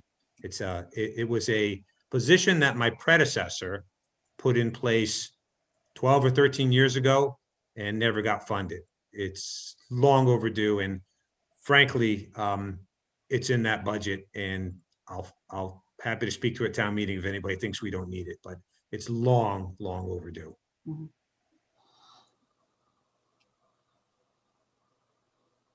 Yeah, go ahead, Leslie. Yeah, okay, yeah, thank you. I think it's important for residents to understand exactly what that position means, and it sounds like that person would need to be grant savvy as part of the job description with whoever we hire. But yeah, I think it's important. It's an important position, and I do think that it's great that you explained all of that. I should mention again, if I may, through the chair, that person would also work with us on the capital budget. And, you know, we have a phenomenal relationship with the superintendent in the school department, right? Well, we do a lot of the capital budget and projects when they come through. So you know, the Melican Middle School project, Scott took care of that. The green communities improvements that we're making and other projects, even the Lincoln Street building project. You know, Leslie, you chaired that committee, and you know all that fell on mostly on me. To hire the architects to oversee the project managers, to go to the trailer meetings. You know, so this is somebody that's going to help with all that. Keep in mind now we have acquired White Cliffs that, you know, needs daily attention as we work through how we're going to reuse that. This building here, Town Hall, we have a feasibility study that's happening here. So we're the old Town Hall at 4 West Main Street's coming back to us in a year. That's going to be a big facilities issue for us. We have a new fire station project that's going to be moving forward in the next month. We got to figure out what we're doing and how we're maintaining the old station and the new station. There's more than enough work for somebody. In fact, they're going to be overloaded when they come with projects and things that are going to need attention. So I'm hoping it sheds a little bit off of my plate and a little bit off of Becca's plate and a little bit off of Scott's plate. Mm-hmm. Excellent. And I think it's great that you've explained all that, and it's now will be on replay for residents to watch and listen to the full explanation. Also, through the chair, the American Rescue Plan, I know everybody's thinking probably the same thing. Do you have an idea when we're going to hear more, and what's the accountability going to be for that? Will they say, okay, this is going to be these specific 4 areas, and it's going to be more paperwork, a lot of paperwork on your office's part in terms of getting back to the federal government as far as how it's being spent? Well, we were here on Saturday working on the budget, and then when we got to a point where I just needed to kick things around, and think Jason went back to his office to work on reporting to the federal government on Saturday. It's overwhelming, the paperwork. The fire chief has been heavily involved in this. All the department heads have. So it's a lot of accounting and a incredible amount of tracking, because if you can't show receipts and don't put it in the format that they want, you will not receive reimbursement for it. As far as I really, tomorrow morning, I serve on the Mass Municipal Association's Fiscal Policy Committee for the state. Tomorrow morning, we have a meeting just to discuss the American Rescue Plan, because nobody knows really what it means. There's some very limited information out there. And we're not really clear on the timing. We know in the next couple of months, we'll get our first release of that money. Exactly how it can be used and the accounting for that. Administration and finance at the state level hasn't even begun to issue their statements that they put out for the guidance, these guidance bulletins about how this stuff is all supposed to work. So we do have more information. I really just don't feel comfortable getting into it because it's a moving target. It's a lot of money. And it's going to be interesting to see how it plays out.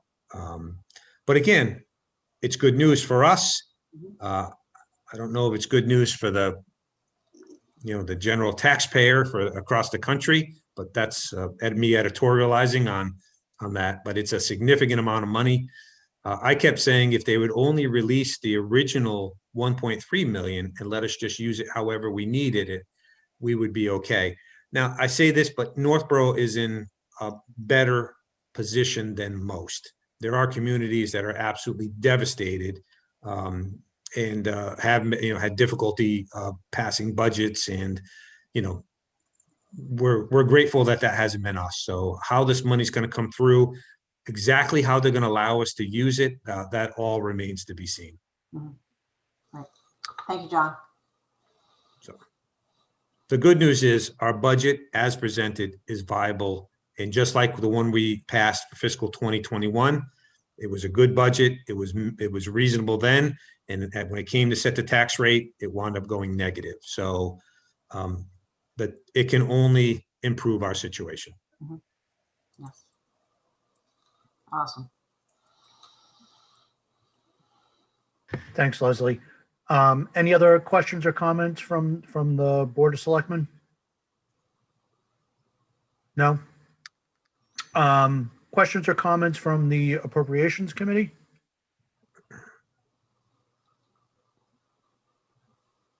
Yes, Rick. I just say that most of what we've gone over tonight, we've been made aware of by John at our previous meetings, except for the recent development of the new money coming from the government.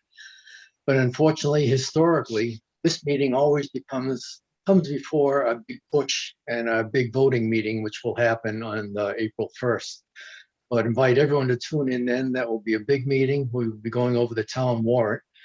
And that's where most of our decisions will be made. Will be the culmination of all these facts that we've gotten through the rest of the year. And at this time, I'd like to ask if any of my committee members have anything to say. Tony, you have no video going, and Bob, you have no video or mic going. So I don't know how to contact this, but Bob and Janice, do you have anything?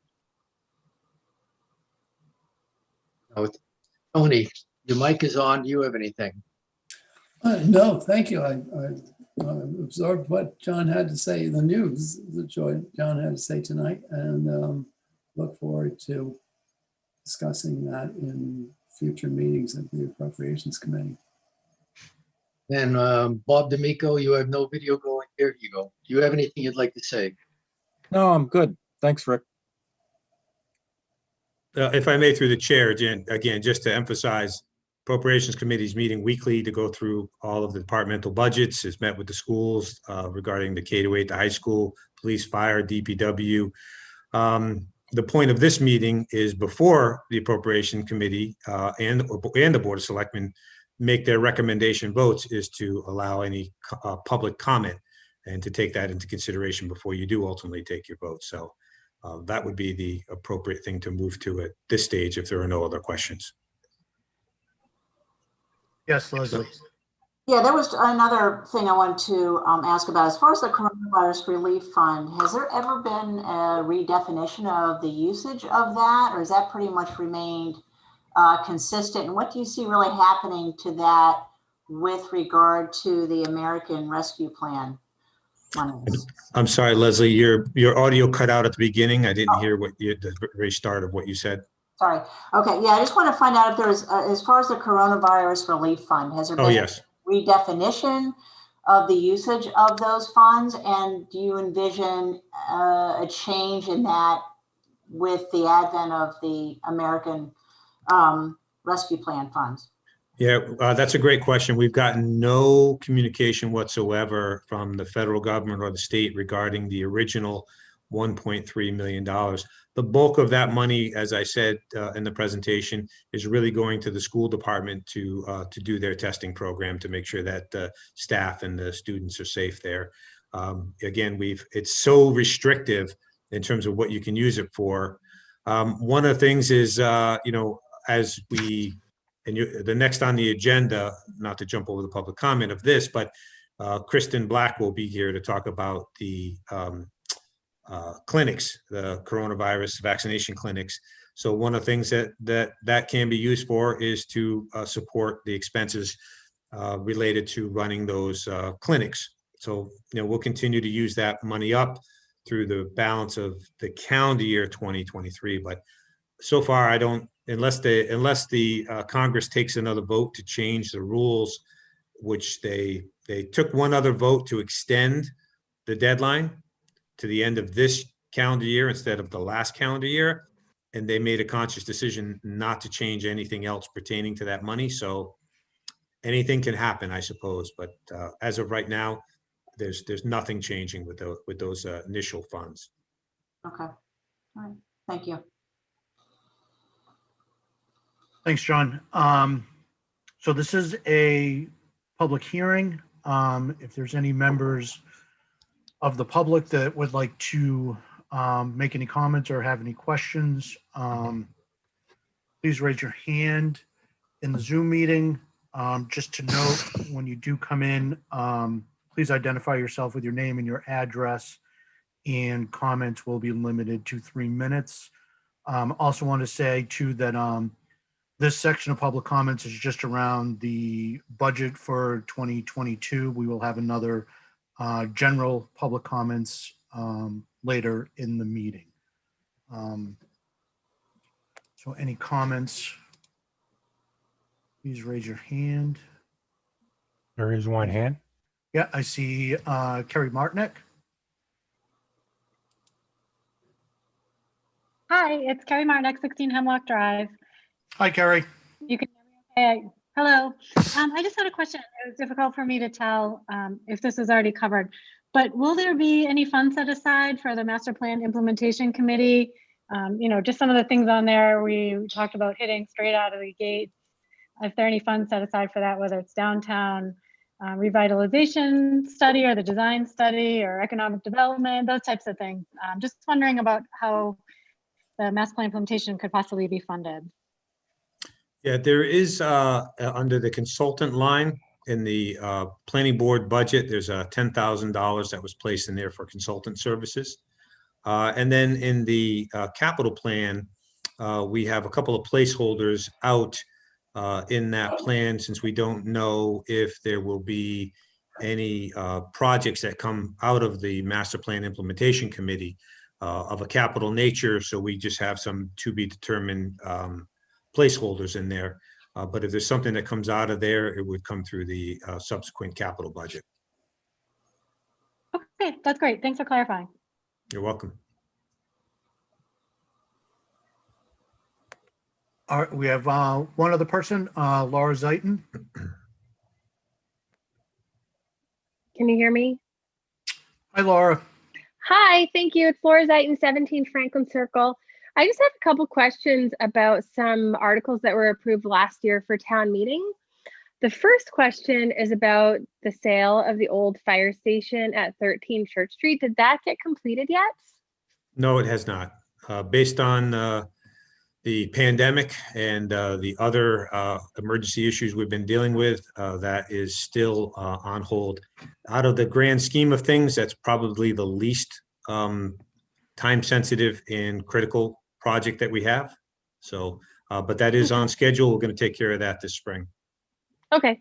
And then the other question, you know, and I understand if it was pandemic related or not, but the other question is we had approved 100,000 last year for the evaluation and feasibility study for a new town hall. And I know that there's the old town hall contract that should be coming up soon. So I'm just wondering what the status was of that feasibility study.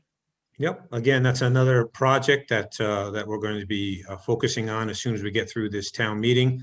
It might be helpful to remind people that we spent 6 months during the pandemic without an assistant town administrator and without a board of health agent. So we're a little bit behind on some of those other projects. That is a project, both the projects that were mentioned, the assistant town administrator, Becca Meekins, is working on, in addition to many others. So glad to have her on board, and we're still scrambling to get caught up. It's been a very big press in the last, I'd say, 2 months, dealing with vaccination clinics and that whole situation that's taken up a good amount of time in my office and a good amount of Becca's time. Yeah, we've got a few projects that as soon as we get town meeting behind us, we'll get moving on. Can you just remind me the date that Old Town Hall contract, when do we have to have that completed by? Well, there's nothing to be completed at the under the 40-year lease. The town has the option to take the building back for a small nominal fee, and that option opens up in May of 2022. Okay, thank you. Thanks, Laura. One more person, Kristen Wickstead. Hi, Kristen Wickstead, 2 Stirrup Lane. Hi, Kristen. Hi. I might have missed it because the budget conversation was, well, John's presentation was pretty long, but was there anything in the budget for an additional police officer to help with the increasing traffic in town?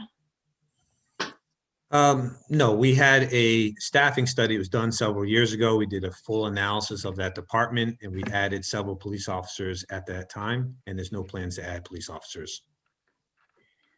Okay, because, well, things are changing pretty fast around town. So just wondering, I had one other question too.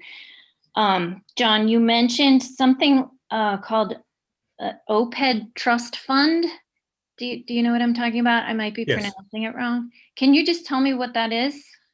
Sure. So OPEB stands for Other Post-Employment Benefits. Essentially, it's health insurance benefits for retirees. Okay. And so each year that goes by, the town, an employee accrues that benefit. And if you don't set money aside for it, it creates an unfunded liability. So several years back, we were required to start reporting the OPEB liability. This was something that happened across the entire state, actually was nationally. And so the town then put together a plan to start funding the OPEB liability. And we created a trust fund, and then we started putting in $500,000 a year into that trust fund, and to offset that liability. So that's been ongoing for several years. When the pandemic hit and we assumed all the revenues were going to be plummeting, we postponed contributing to the OPEB trust fund. And that's what the point that I was making is in fiscal 2023, that's one of the things we need to get back funding on. Think of it in terms of like a retirement benefit, retirement savings account.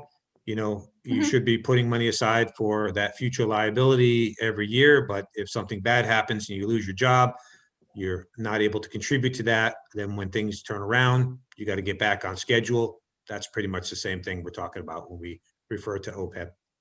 All right. Yeah, thanks. That was just an abbreviation I didn't understand. Okay, thank you. Sure. Yeah, we've spent many, many meetings over many years talking about that. So.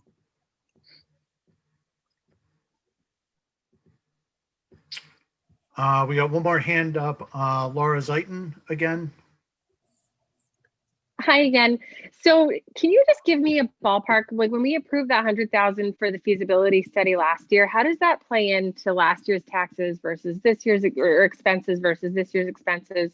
And is there a timeline, that things have to be completed from when they're originally proposed? Sure, great questions. So it doesn't play into the taxes because we used free cash. We used one-time revenues.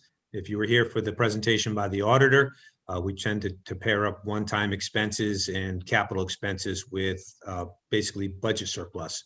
So it was funded through budget surplus with no additional tax impact. And so that will, again, that money has been available.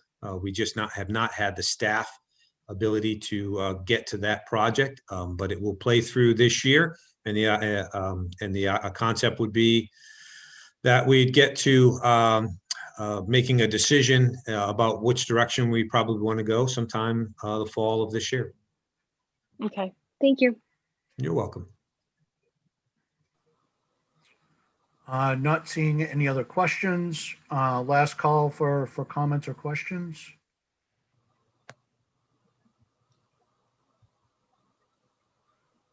All righty. Thanks, everybody. Just want to ask Rick you'll need to adjourn. Yes, I believe since the selectmen are dismissing us, we don't need a vote to adjourn. All right, John? Yes, it should be just a closing of the public hearing. All right, so as far as we will close our public hearing segment for now. I'd urge the other board members to stay on to hear about our health insurance agent has to say. And outside of that, I will adjourn the appropriations committee meeting for this evening. And thank you all for showing up. Thank you, Rick. Thank you. John, do I need to close public for us? Yeah, if the board would, I just for the record, for the Board of Selectmen vote to close the public hearing through a roll call vote, just so it's clear in the minutes. Yeah, Mr. All right. Chair. Yes, Scott.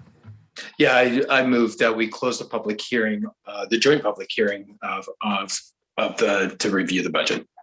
Second. Moved by Scott, second by Leslie. Roll call vote. Scott Rogers. Aye. Leslie Rutan. Aye. Jason Perot. Aye. And I vote aye, Tim Kalin. That closes the public hearing. Thanks, everybody. Next on the agenda, we are past the hour of 8 o'clock.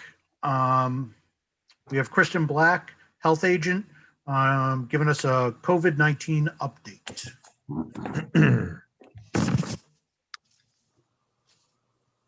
Thank you. It's nice to see all of you.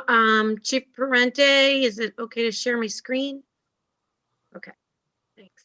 Yes, ma'am. Thank you. Let me see.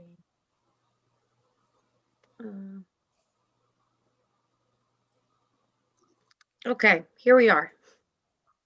So I'm just going to cover, we'll make this really quick. I know it's late and John kept us all really lively with everything about finance. So I'll keep this as brief as I can to keep your attention tonight. So I'll just cover briefly our case counts where we stand right now. I'll cover some of the big reopening updates and the change to the travel advisory. And then the fun stuff, talk about the successes of our local vaccination clinic and then also plans for future regional clinics in our area. So just to cover this week in numbers again, we published this little chart, or this graphic is on the town's website with the red banner. We update this, it ends up coming out Friday, Saturday, depending on these Friday clinics have been delaying things a little bit, but thanks to Andy Dowd, our town clerk, who pushes these out as well through weekly updates on the town's website. So this was the post from last Friday. This went out. So these numbers are pulled every week out of the Mass Department of Public Health weekly COVID update. And so you can see we're just right now we're at around 1,100 cases. Number of active cases has dropped. We're sort of hovering in that like 20 or so active cases. We've been, really hanging there for 2-3 weeks, somewhere between mid 20s and low 30s on number of active cases at any one time. So again, that's anybody who is considered still in isolation, that 10-day period after a positive COVID-19 PCR test. Our case counts over the last 2 weeks are a little higher than we want to see. We did sort of bump up last week, and that's at 39 over a 2-week period, ending on March 13th. Is just how this works. It ends on the Saturday. Our test positivity rate went up a little bit this week, so we are still in the yellow. I think we're all, although that doesn't really change what we can do in town. I think we're all seeing that as a trigger. We want to be like some of our neighboring communities that are out of this the yellow moderate zone.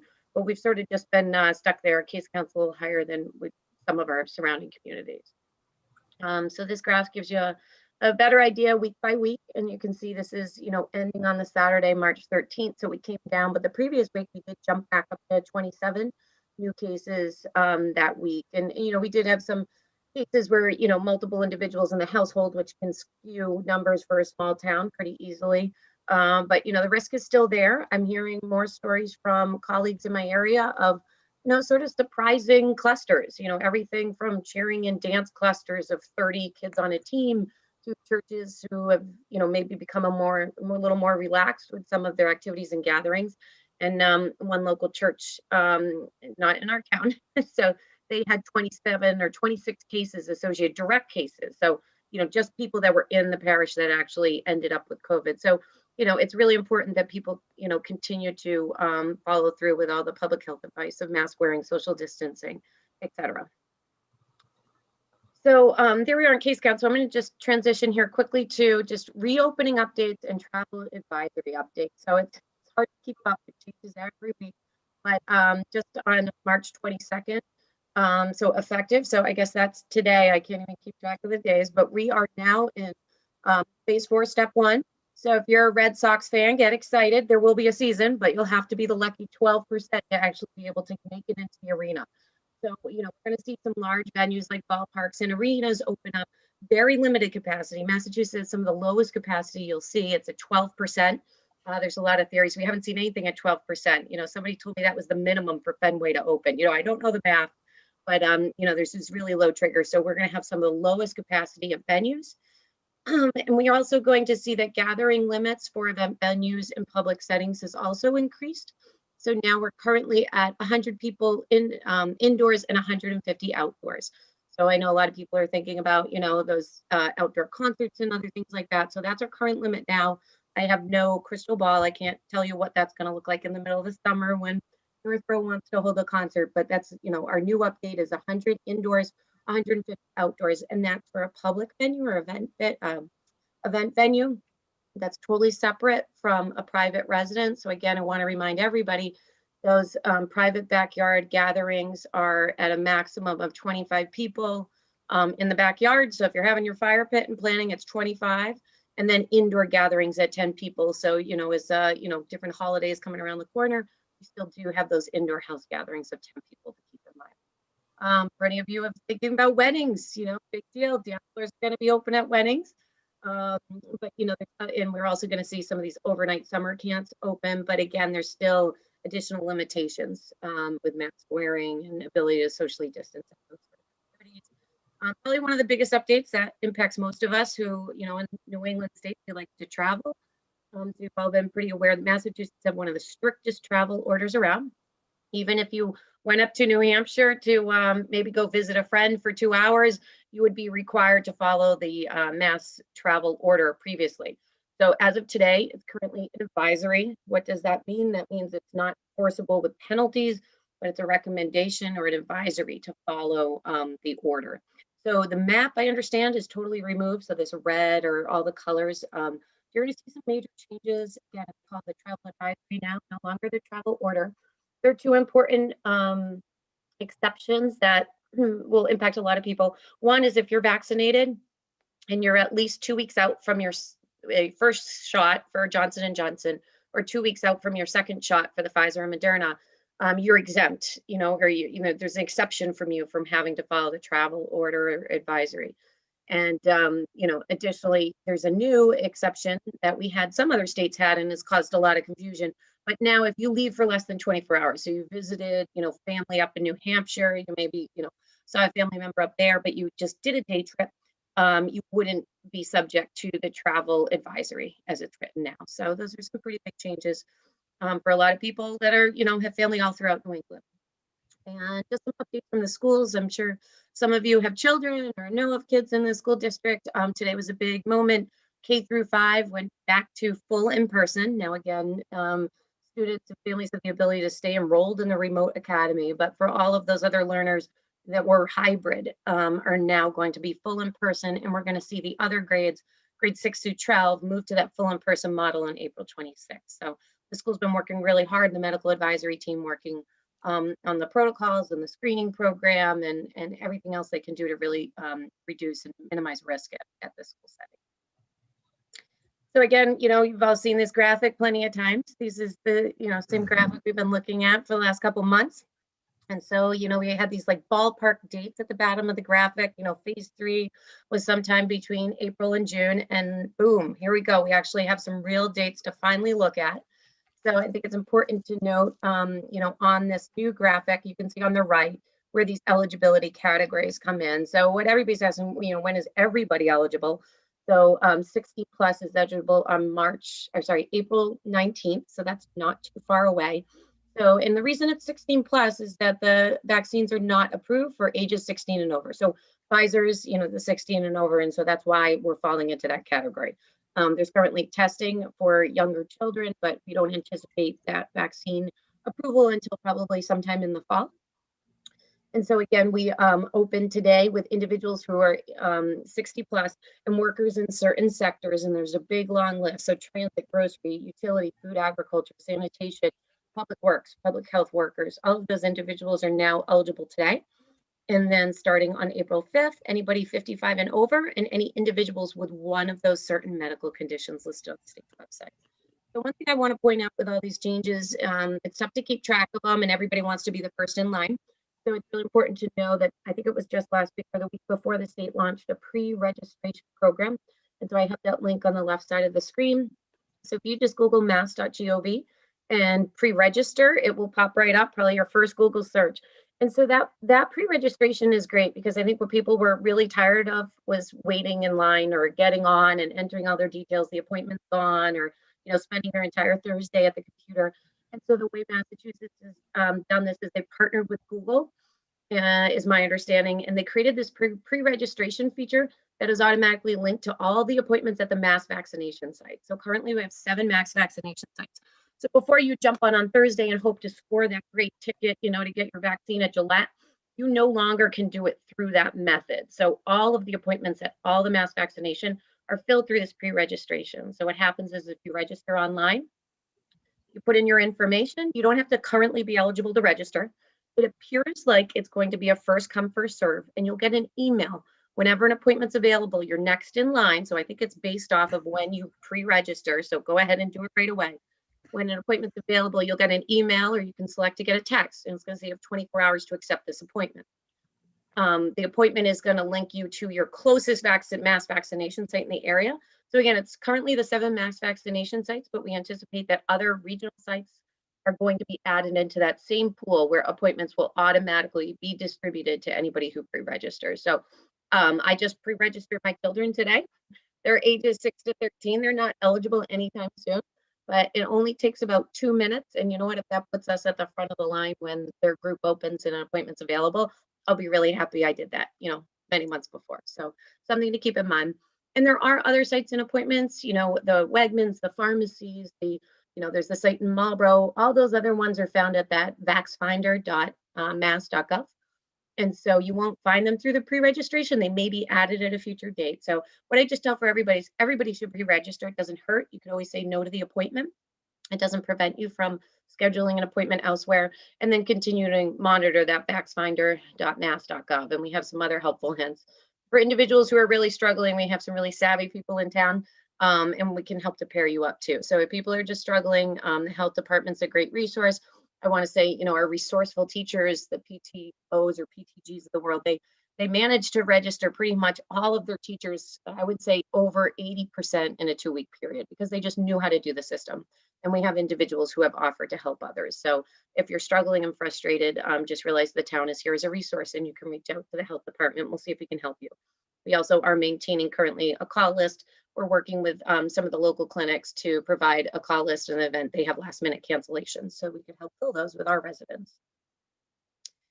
And so just our updates on our vaccine clinics in town. It's been, I guess, a 2-month endeavor so far, right? To parentheses, my right-hand man, we're having a lot of fun doing this with so many town employees and wonderful volunteers in our community.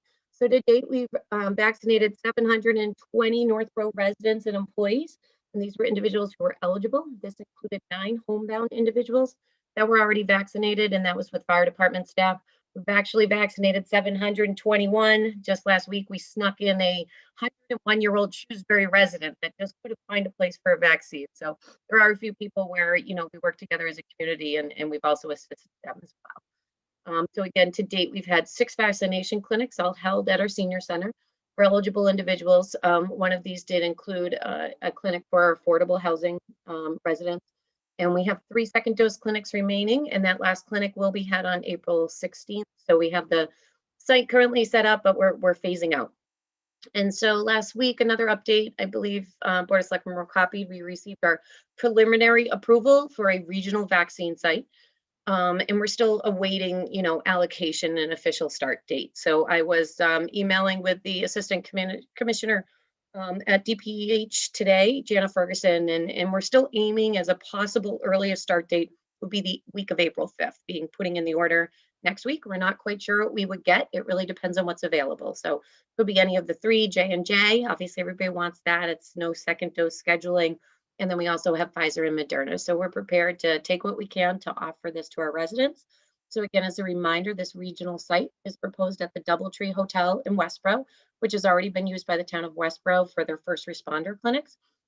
And the towns that are included in this collaboration are Ashland, Boylston, Holliston, Hopkinton, Northborough, Southborough, and Westboro. So again, why are we doing this? Well, one, we want to make vaccines easy for residents to get to. Not everybody wants to travel to a mass vaccination site. You know, there's some talk of, can we offer clinics in evening hours or Saturdays? You know, we want to get everybody. We don't want to hear, I never could find an appointment, I can't leave my job. You know, we want our community to be safe and have convenient options. And so by offering a regional site, there's the investment of town resources to get it up and running. It's all reimbursable through FEMA. But we are allowed to withhold up to 25% of the state's allocation just for our people. And so it's a great way that hopefully we can get them first through the line, or offer special clinics for people in our area, because everyone across the state of Massachusetts is really struggling to find appointments, you know, and even if it's an extra week, you know, it's an extra week for someone they can't hug their grandkids. And so we really want to make sure that we can offer it as soon as we can and conveniently as we can for all of our residents to really improve the health outcomes in our community. And so the exciting news, why do you want to get vaccinated? So I think since we last, I presented to the Board of Selectmen, the CDC did provide finally some guidance for fully vaccinated people. You know, why do I want to do it? What can I do? So the link's on the screen here. So this was released on March 8th. And so again, this is for fully vaccinated people. So if you just got your first shot of a 2-dose series, you aren't fully vaccinated. You haven't reached that full level of immunity. And so we're looking at 2 weeks after your second vaccine for a 2-dose series. And if you're fully vaccinated, you can now gather indoors with other fully vaccinated people without wearing a mask or social distancing, which is a huge change. You know, hopefully a lot of our seniors that are in that status can begin connecting again with fully vaccinated friends and enjoying a meal together. The other difference here is now you can, if you're fully vaccinated, you can gather indoors with unvaccinated people from one household without masks, unless any of the people you're gathering with are at increased risk for severe illness. So this is the big grandparent change here. So for example, my parents are vaccinated, so they're proud grandparents. My children are not vaccinated. We've been doing the whole masks and not seeing them, or only seeing them outside. And now this is really allowed for my family, my parents, to be protected, the grandkids to come over and to be able to share a meal with them, because we know the most at-risk individuals, the grandparents, have been vaccinated. And so we're allowed to do that mixing of one household that's unvaccinated. And again, there's, if you've been around with someone who's had COVID, so you were exposed, but you're vaccinated, you aren't necessarily required anymore to quarantine as long as you're not showing symptoms. So lots of changes there, but again, your friendly health department's here to answer questions about specific scenarios, and we'll help you understand this guidance. And now that we have it, we've sent it off to many of the individuals in town we vaccinated, just to make sure everybody understands the rules and they're taking proper precautions. And I think that's all I have for you today. Happy to answer questions. Thank you, Kristen. That was very informative as usual. Very excited to see that the vaccinations are being rolled out for larger portions of the population, and that the regional vaccination site looks like it's going to be moving forward. So that's all very, very exciting. Anybody have any questions? Scott? Yeah, thanks, Tim. So, Kristen, thank you, once again to you and the extended team. The pivot that you all made when the local sites were not going to be allowed any longer to go regional and take the lead on that effort is phenomenal. So, thank you so much for that, and to everybody that's been worked on that, the other towns, to put that together. I think you really demonstrated that between us and Hoppington and the other towns, we have a good plan, right? So it was great to see that was approved.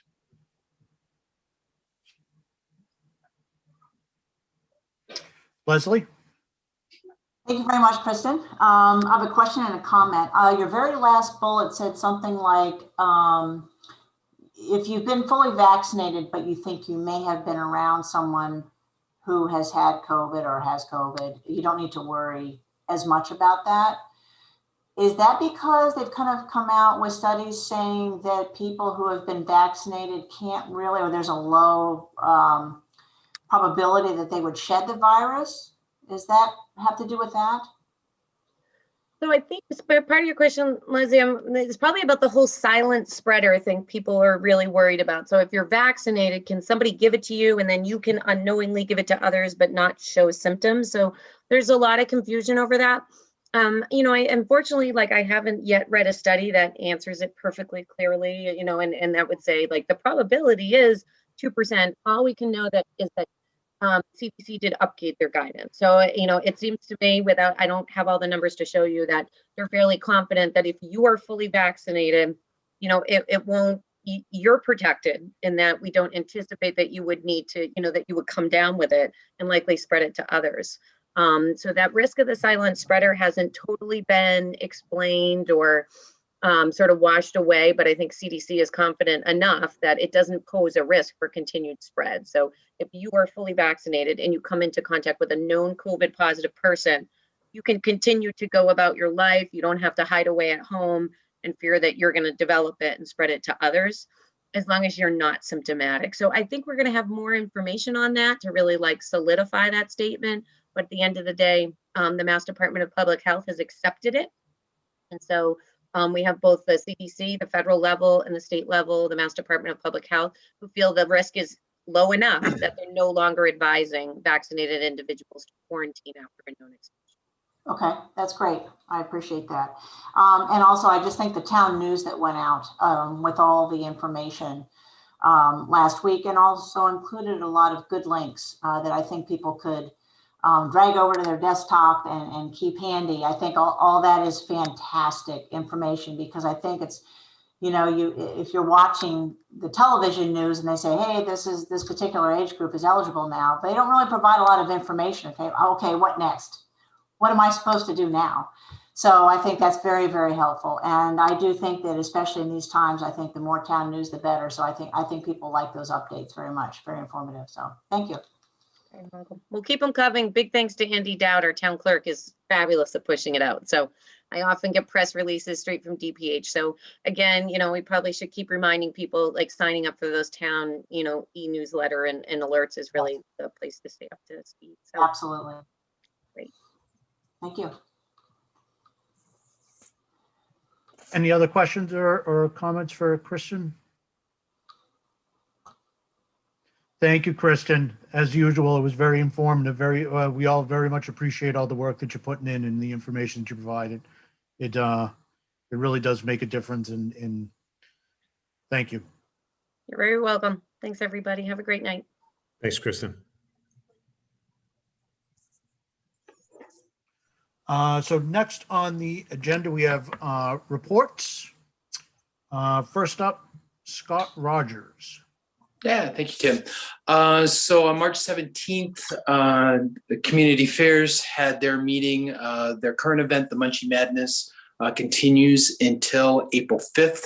You can participate by dining in or taking out any of the Northborough restaurants and be eligible to receive a prize. More details are available on their website and Facebook page. The committee continues to plan out, events nearly every month.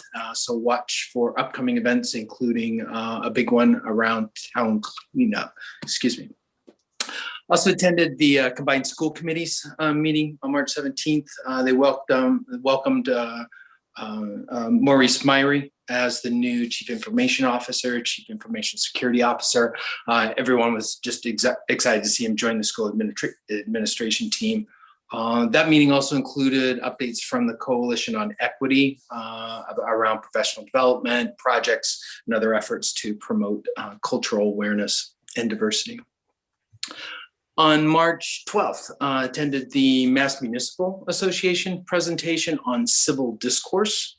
That was a reminder that here at the Select Board, we set the tone and for conduct, and that tone flows off into other boards and committees.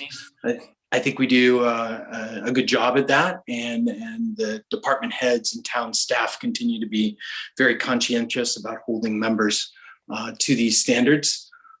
There have been some slips recently and steps taken to correct. So this is something that collectively all board, committee, and commission members should keep in mind. However, email and social media channels have gotten much worse lately, with some quite toxic statements being made. So toward that end, I encourage everyone to treat their neighbors and fellow volunteers with respect, please. That ends my report. Thank you, Scott. Leslie? Okay, the first thing I'd like to do is wish good luck to the students, parents, and staff as they return to in-person learning. That's a big step. It's kind of a nice feeling that instead of feeling like we're heading into something, we're actually heading out of something. That's very exciting for everybody. So I do want to wish everyone luck there as that begins. Also, on the Northborough Food Pantry page, there was a nice post, and I would like to read that. It says, thank you to Girl Scout Troop 30156, led by Karen Schultz and Kathy Kaminsky. They recently disbanded their group after 9 years together as the girls headed off to high school. The girls had supported their community and the Northborough Food Pantry during their time at St. Bernadette's, and they wanted to continue that support by donating their remaining funds of $1,900 to the food pantry. That's amazing, that's incredible, and that deserves mention. So I want to thank those troop leaders and those Girl Scouts who obviously made the most of their time with that particular troop and think enough to have the money spent that way as they disband. So I want to thank them very much for that. And there's something else that was on social media that I saw. A shout out to the DPW. I didn't know if Scott had seen this. Actually to also the police department as well. Removing a dangling limb from over Route 135 and the tree in front of our house. Cracked vertically in the last storm was quite large and heavy. This resident says, I called because I was afraid of it falling on passing cars. The crew was here at the dot, 8 a.m. with equipment and 4 to 5 guys and a police officer to control traffic. They had the whole job done in about 20 minutes and cleaned up all the branches in my yard. Great work, guys, and thanks so much. You do this town proud. So nice. I just want to make sure that everybody heard that. So thank you, Leslie. I'll echo that to the highway department for sure. That's wonderful. Thank you very much to you and your department, and also to Chief Liber and his department. So everybody came together, made someone happy, so, and safe. Thank you very much. That ends my report. Thank you, Leslie. Jason? Thank you, Mr. Chair. As people may have noticed, I don't have a lot of spare oxygen tonight beyond roll call votes. I'm feeling a little under the weather. I want to thank Tim for conducting the meeting tonight and giving me a little bit of a break. And the only other thing I want to say tonight is just thank you to all the town staff assembled here and other departments. As you've seen from the agenda here, we've had the town audit completed and pristine as always. Preparation of the town budget, which took enormous amount of work, given the delay with the state proceeding and John being here through the weekend to try to wrap that up. Completion of the town warrant and town election warrant to get those prepared for us this evening. Kristen with her update on the circumstances of COVID-19 and the preparations being undertaken, the fact that we're going to be setting up a regional center here to do vaccinations. It's been a very, very heavy demand on all of these town staff members. I don't think people really fully understand the workload that has been placed upon them. And I just want to bring that, to light here and offer my thanks for all that the extra work they've been doing well beyond, what would be considered the routine work of their or normal work of their job descriptions. Everyone is stepping up, everyone's putting in extra effort, and I certainly do appreciate it. So thank you all. That ends my report. Thank you, Jason. Just to echo what Jason just said, it's the amount of work. It's not so much the amount of work. It's the quality and the outcome that I find most impressive year after year. I know the just from my professional experience, the tremendous amount of effort it takes to financially manage and run an organization with a $72 million budget is no small undertaking. So, my hat's off to John and Jason. Just absolutely amazing job. I know that the federal programs can be an absolute nightmare to deal with. The amount of paperwork and detail that they ask for. So I commend you on the work to get that process started. Had a meeting last week with the Diversity and Inclusion Committee. We're making great progress. The Diversity and Inclusion Committee released a statement that I'd like to read. But first of all, I just want to thank all the members of the Diversity and Inclusion Committee for their work over the weekend to get the statement put together. The statement's available on the town website and on various Facebook pages. I'm just going to read the statement. To all members of the Northborough community, the Asian American and Pacific Islanders community, AAPI, has experienced and continues to deal with a tremendous rise of physical assaults and harassment since the beginning of the pandemic. There have been 3,800 acts of violence and discrimination against the AAPI. On Tuesday, March 16th, the AAPI community was targeted in Atlanta, resulting in the murder of 6 Asian women and 2 additional victims. These women were Asian, but they were also mothers, sisters, daughters, and friends. Anti-Asian racism has long persisted prior to COVID-19. We are deeply saddened by the acts of violence against the AAPI communities, and we stand firmly in solidarity with our AAPI neighbors, friends, coworkers, classmates, and family in condemning all forms of hate and violence. It's unconscionable that these acts of violent racism continue to take place. As a community, we take steps every day to better understand how we can be more supportive of those who have been historically marginalized. The effort needs to include all members of our town. Words of support, healing, and prayer are appreciated, but they are not enough. Anti-Asian bigotry and racism in any form that is not actively opposed is a threat to everyone, no matter who you are. Every resident in Northborough has the opportunity to make a difference. One of the most effective ways is to stay informed and educate yourself and your family. On the website, we've listed a list of resources that people can access to educate themselves. So we just ask that people listen to different perspectives, get information from a variety of sources, and be open-minded. Collectively, we can support and uplift those that have experienced racism. That ends a statement, and that ends my report. So we're on to public comments.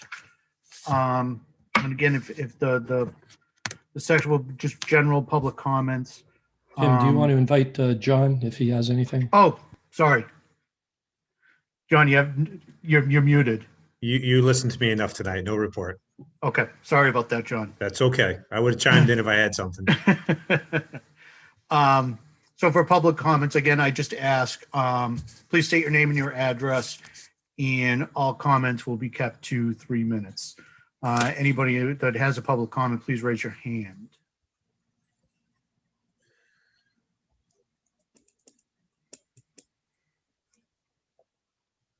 Seeing no hands. Last call. All right. Mr. Vice Chair, one hand. One hand. All right, one hand. Kristen Wickstead. Hi, me again. I was part of a group of people who I signed a petition. I just wanted to make sure you all got that. It has been received. We received the petition. About the ZBA appointments. Okay. And just wanted to check in, make sure that got received. Okay. Thanks.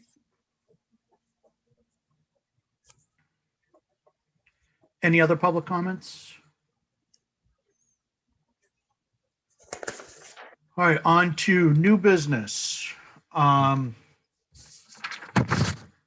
Memorandum of Understanding, proposed alterations to layout of King Street.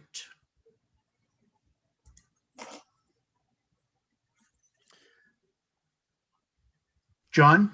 Actually, that would be I'm promoting. Fred Litchfield. I'm promoting. Oh, Give me sorry. a second. He'll be right in. Town engineer Fred Litchfield.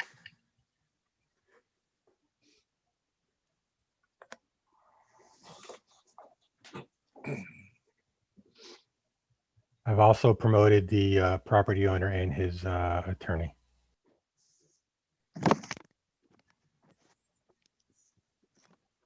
Hi, Fred.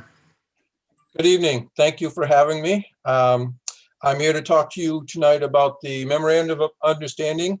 This goes back about 3 years. The developer, ZHS Trust, received a special permit for a assisted living facility on King Street from the Zoning Board of Appeals. And one of the requirements of that special permit was that they improve the access from Southwest Cutoff to the site. They also own some land at 38 King Street, which the ZBA had asked them to pursue access with Mass DOT and the town to see if that could improve the access. Currently, King Street is a short street. We've had concerns about some speeding and some other issues out there because of the angle that drivers come off of Southwest Cutoff onto King Street. So it seemed a good idea to take this opportunity where the landowner owned both sides of King Street to work with him to get an improved access plan. What you have before you is the memorandum of understanding that kind of outlines his understanding of what his responsibility is and when things would happen. The way we have laid it out, Scott Charpentier and I worked with the developer as well as Mass DOT to fine tune this plan over the course of a year or two. So what it does is he has that property at 38 King Street. He'll build that driveway across his private property and then come back to the town asking us to alter the layout of King Street so that it then takes a sharp turn from King Street out onto Southwest Cutoff at a point about 250 feet north of where King Street now intersects with Southwest Cutoff, at a much safer location for visibility and access. If you've ever driven by there, you know that you really got to turn your head in order to see the cars coming behind you, and you're heading on almost into head-on into traffic. It's fairly dangerous, and with the increased traffic that's expected at the facility, it does seem prudent to work with the developer to do this at this time. I'm happy to answer questions. As you can see, Rashid Sheikh, the developer, is here along with his attorney, Spencer Holland. If there are any questions for them or for me on the engineering part of the plan, be happy to answer them. Any questions? Leslie? Yeah, thank you very much, Fred. Thank you for being here, and also Rashid and his attorney. At what point was the fire department maybe consulted? I'm just thinking in terms of ingress and egress and the ability to get in there with fire trucks and so forth. Yeah, if I may, through the chair. Leslie, we have been involved in it from the very beginning. From the very first proposal for the land to all the way up through the streets. Rashid had come in. We've talked several times along with Fred, and yep, we've been, and I think the police have been involved as well from the very beginning. That's great. I just want to make sure. Through the chair, through the design process, there's been 2 review periods for town staff, fire, police, engineering, DPW. One was during the zoning board of appeals process that then resulted in the condition that they have to have improved access, and that improved access needs to be approved by Mass DOT. The second step in the design process was developing that secondary access design with DOT, the applicant's engineer, myself, Fred, fire department. As Fred indicated, it was a long process getting through the state reviews, our reviews, fire department reviews, so that the final layout met the needs of the community, the residents, as well as the neighbors. There was some public outreach that was done along the roadway itself to reach out to some of the neighbors and get their thoughts, and it was nothing but positive responses received. So what you have before you is a memorandum of understanding that says we will, as a town, support the new layout if you, as the developer, build it in accordance with the requirements outlined herein. Well, thank you. I just would like to point out through the chair that the MOU has gone through town council, and it is ready for your execution should you so decide to. It also involves town meeting action down the road in order to alter that layout. So this gives the developer the most assurance that we can that we will go to town meeting. We can't guarantee the result, but we will go to town meeting and present it for approval at that time.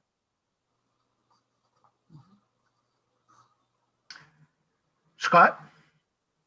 Yeah, so thanks. And Fred, I was just going to say thank you for, the package that, clearly puts together what was a project from a couple of years ago, right? And the way it was described here and assembled made it really easy for us to catch up and understand what was going on and what was being proposed. And the fact that the MOU is ready to go, really appreciate all the parties getting together to put that and have it ready for us. Thank you.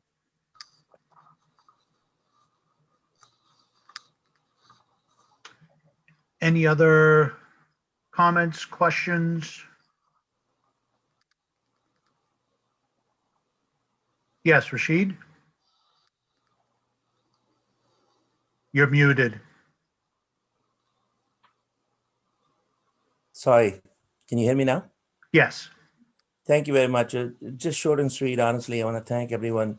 I must tell you that these guys, they do a lot of due diligence and they've done their job. And they basically have gone through, over and over and over. So on one hand, I really thank them for all of their patience and hard work. On the other hand, we are anxious to make the next step because we have spent significant time. Understand. Thank you.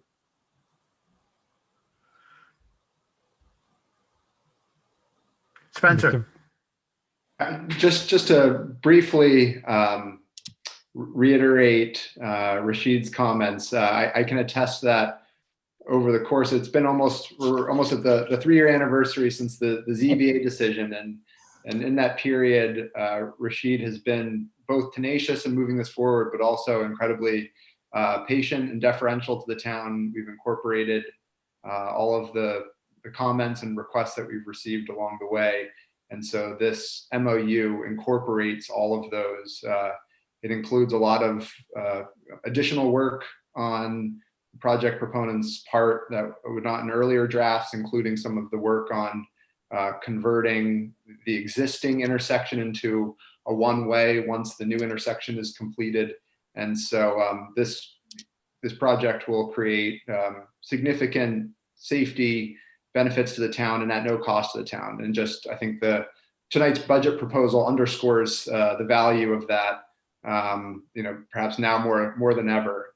And so I thank Fred and everyone else for their comments throughout this process. And this MOU provides a very clear roadmap of the next steps to seeing this through to fruition. Thank you.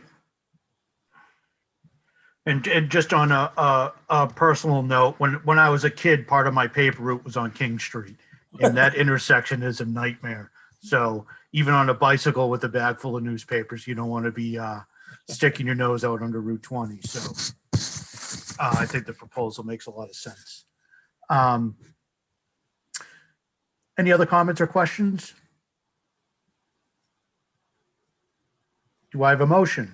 Oh, Leslie. No, I just want to say I'm excited about this. I think that I look at that spot, that location, King Street, kind of being an entry point to our downtown area. And I just think that it will really improve the look of that area, be very, I'm sure, very pleasant to look at, and obviously safer as well. But I just always feel like that bend down toward the business area is very important. And I think that will be a vast improvement. So thank you very much for working on that. Thank you. So do I have Scott?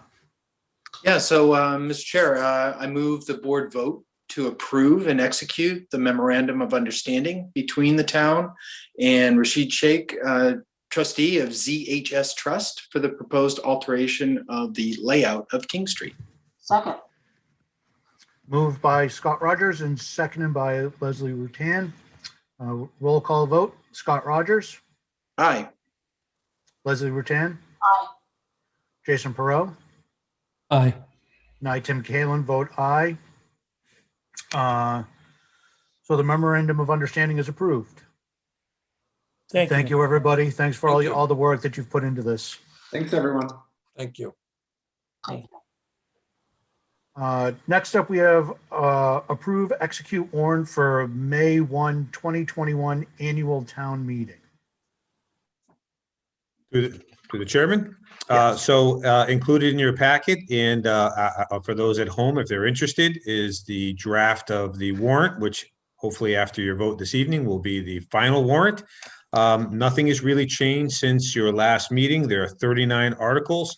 The only thing that we've added is that I believe the last time it came to you, it did not have the text for Article 39, which is the compression brake prohibition bylaw, also known as the Jake brake bylaw. The police chief had done some research and had compiled some information, and town council reviewed that. And so the final language that's in here is what would go to town meeting. Essentially, what it would do is it would allow any neighborhood or the Board of Selectmen to, by simply holding a public hearing, place that prohibition on any roadway other than a state roadway, which we don't control. So that would give you the authority to do that.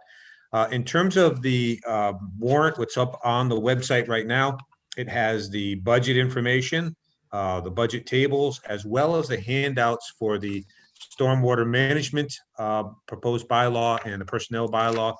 So it is a complete package for this point in the process. Since we are going to be holding town meeting outdoors, I would like to complete another package similar to the one that we did last year. That's a little bit more robust. It has not only the warrant articles, but the motions and the handouts, the information. It'll have the report from the Financial Planning Committee, the report from the Appropriations Committee, and all of that information compiled. So we'll work on that over the next couple of weeks. But in terms of your vote this evening, your vote is to vote to post and execute the warrant. And that is the warrant itself, all the supporting materials and the motions and all that be in a subsequent document that we'll send to the printer and make sure it's available for everybody at town meeting. So can answer any questions you have about the draft of the warrant that's before you. But again, the articles are the ones that we reviewed at your last meeting, so there shouldn't be any surprises in this document. Scott. Yeah, thank you, Tim. A quick question on Article 39 for the compression brake, and just in terms of establishing then an area that those would be prohibited, is there then signage to indicate to drivers that they're in, so would part of putting that in place would then be approving the signage and all that as well? Yeah, if the board, you have to hold a public hearing as drafted. If you choose to put that prohibition in place, then similar to the parking ban that you approved on Bartlett a few meetings back, then in order to enforce that, we need to post it. And then once it's posted, the police department can then enforce it. Thank you. You're welcome. Any other questions? Do I hear a motion? Yes, Mr. Chair, I move the board vote to approve and execute the May 1st, 2021 annual town meeting warrant. Second. Moved by Leslie Rutan, second by Scott Rogers. Roll call vote. Scott Rogers. Aye. Leslie Rutan. Aye. Jason Perot. Aye. And I, Tim Kalin, vote aye. Those are approved. Next on the agenda, approve, execute warrant for May 11th, 2021 annual town meeting. John? So in your packet is a warrant for the election that was prepared by the town clerk for your approval this evening, and is for the May 11th local election, which would begin at 7 a.m. Any questions or comments? Do I have a motion? Yes, I move the board vote to approve and execute the May 11th, 2021 annual town election warrant. Second. Moved by Scott Rogers, second by Leslie Rutan. Roll call vote. Scott Rogers. Aye. Leslie Rutan. Aye. Jason Perot. Aye. And I, Tim Kalin, vote aye. Those are approved. May 11th, 2021 annual town election. Any other business to come before the board tonight? No other business this evening, Mr. Chairman. Thank you. I just want to thank everybody for bearing with me with my first meeting chairing. I hope it wasn't as painful as I think it was. Thanks, everybody. Have a good night. Mr. Chair, I will move to adjourn. Yes, that'd probably be a good idea. I'll second that. Roll call vote. Scott Rogers. Aye. Leslie Rutan. Aye. Jason Perot. Aye. And I, Tim Kalin, vote aye.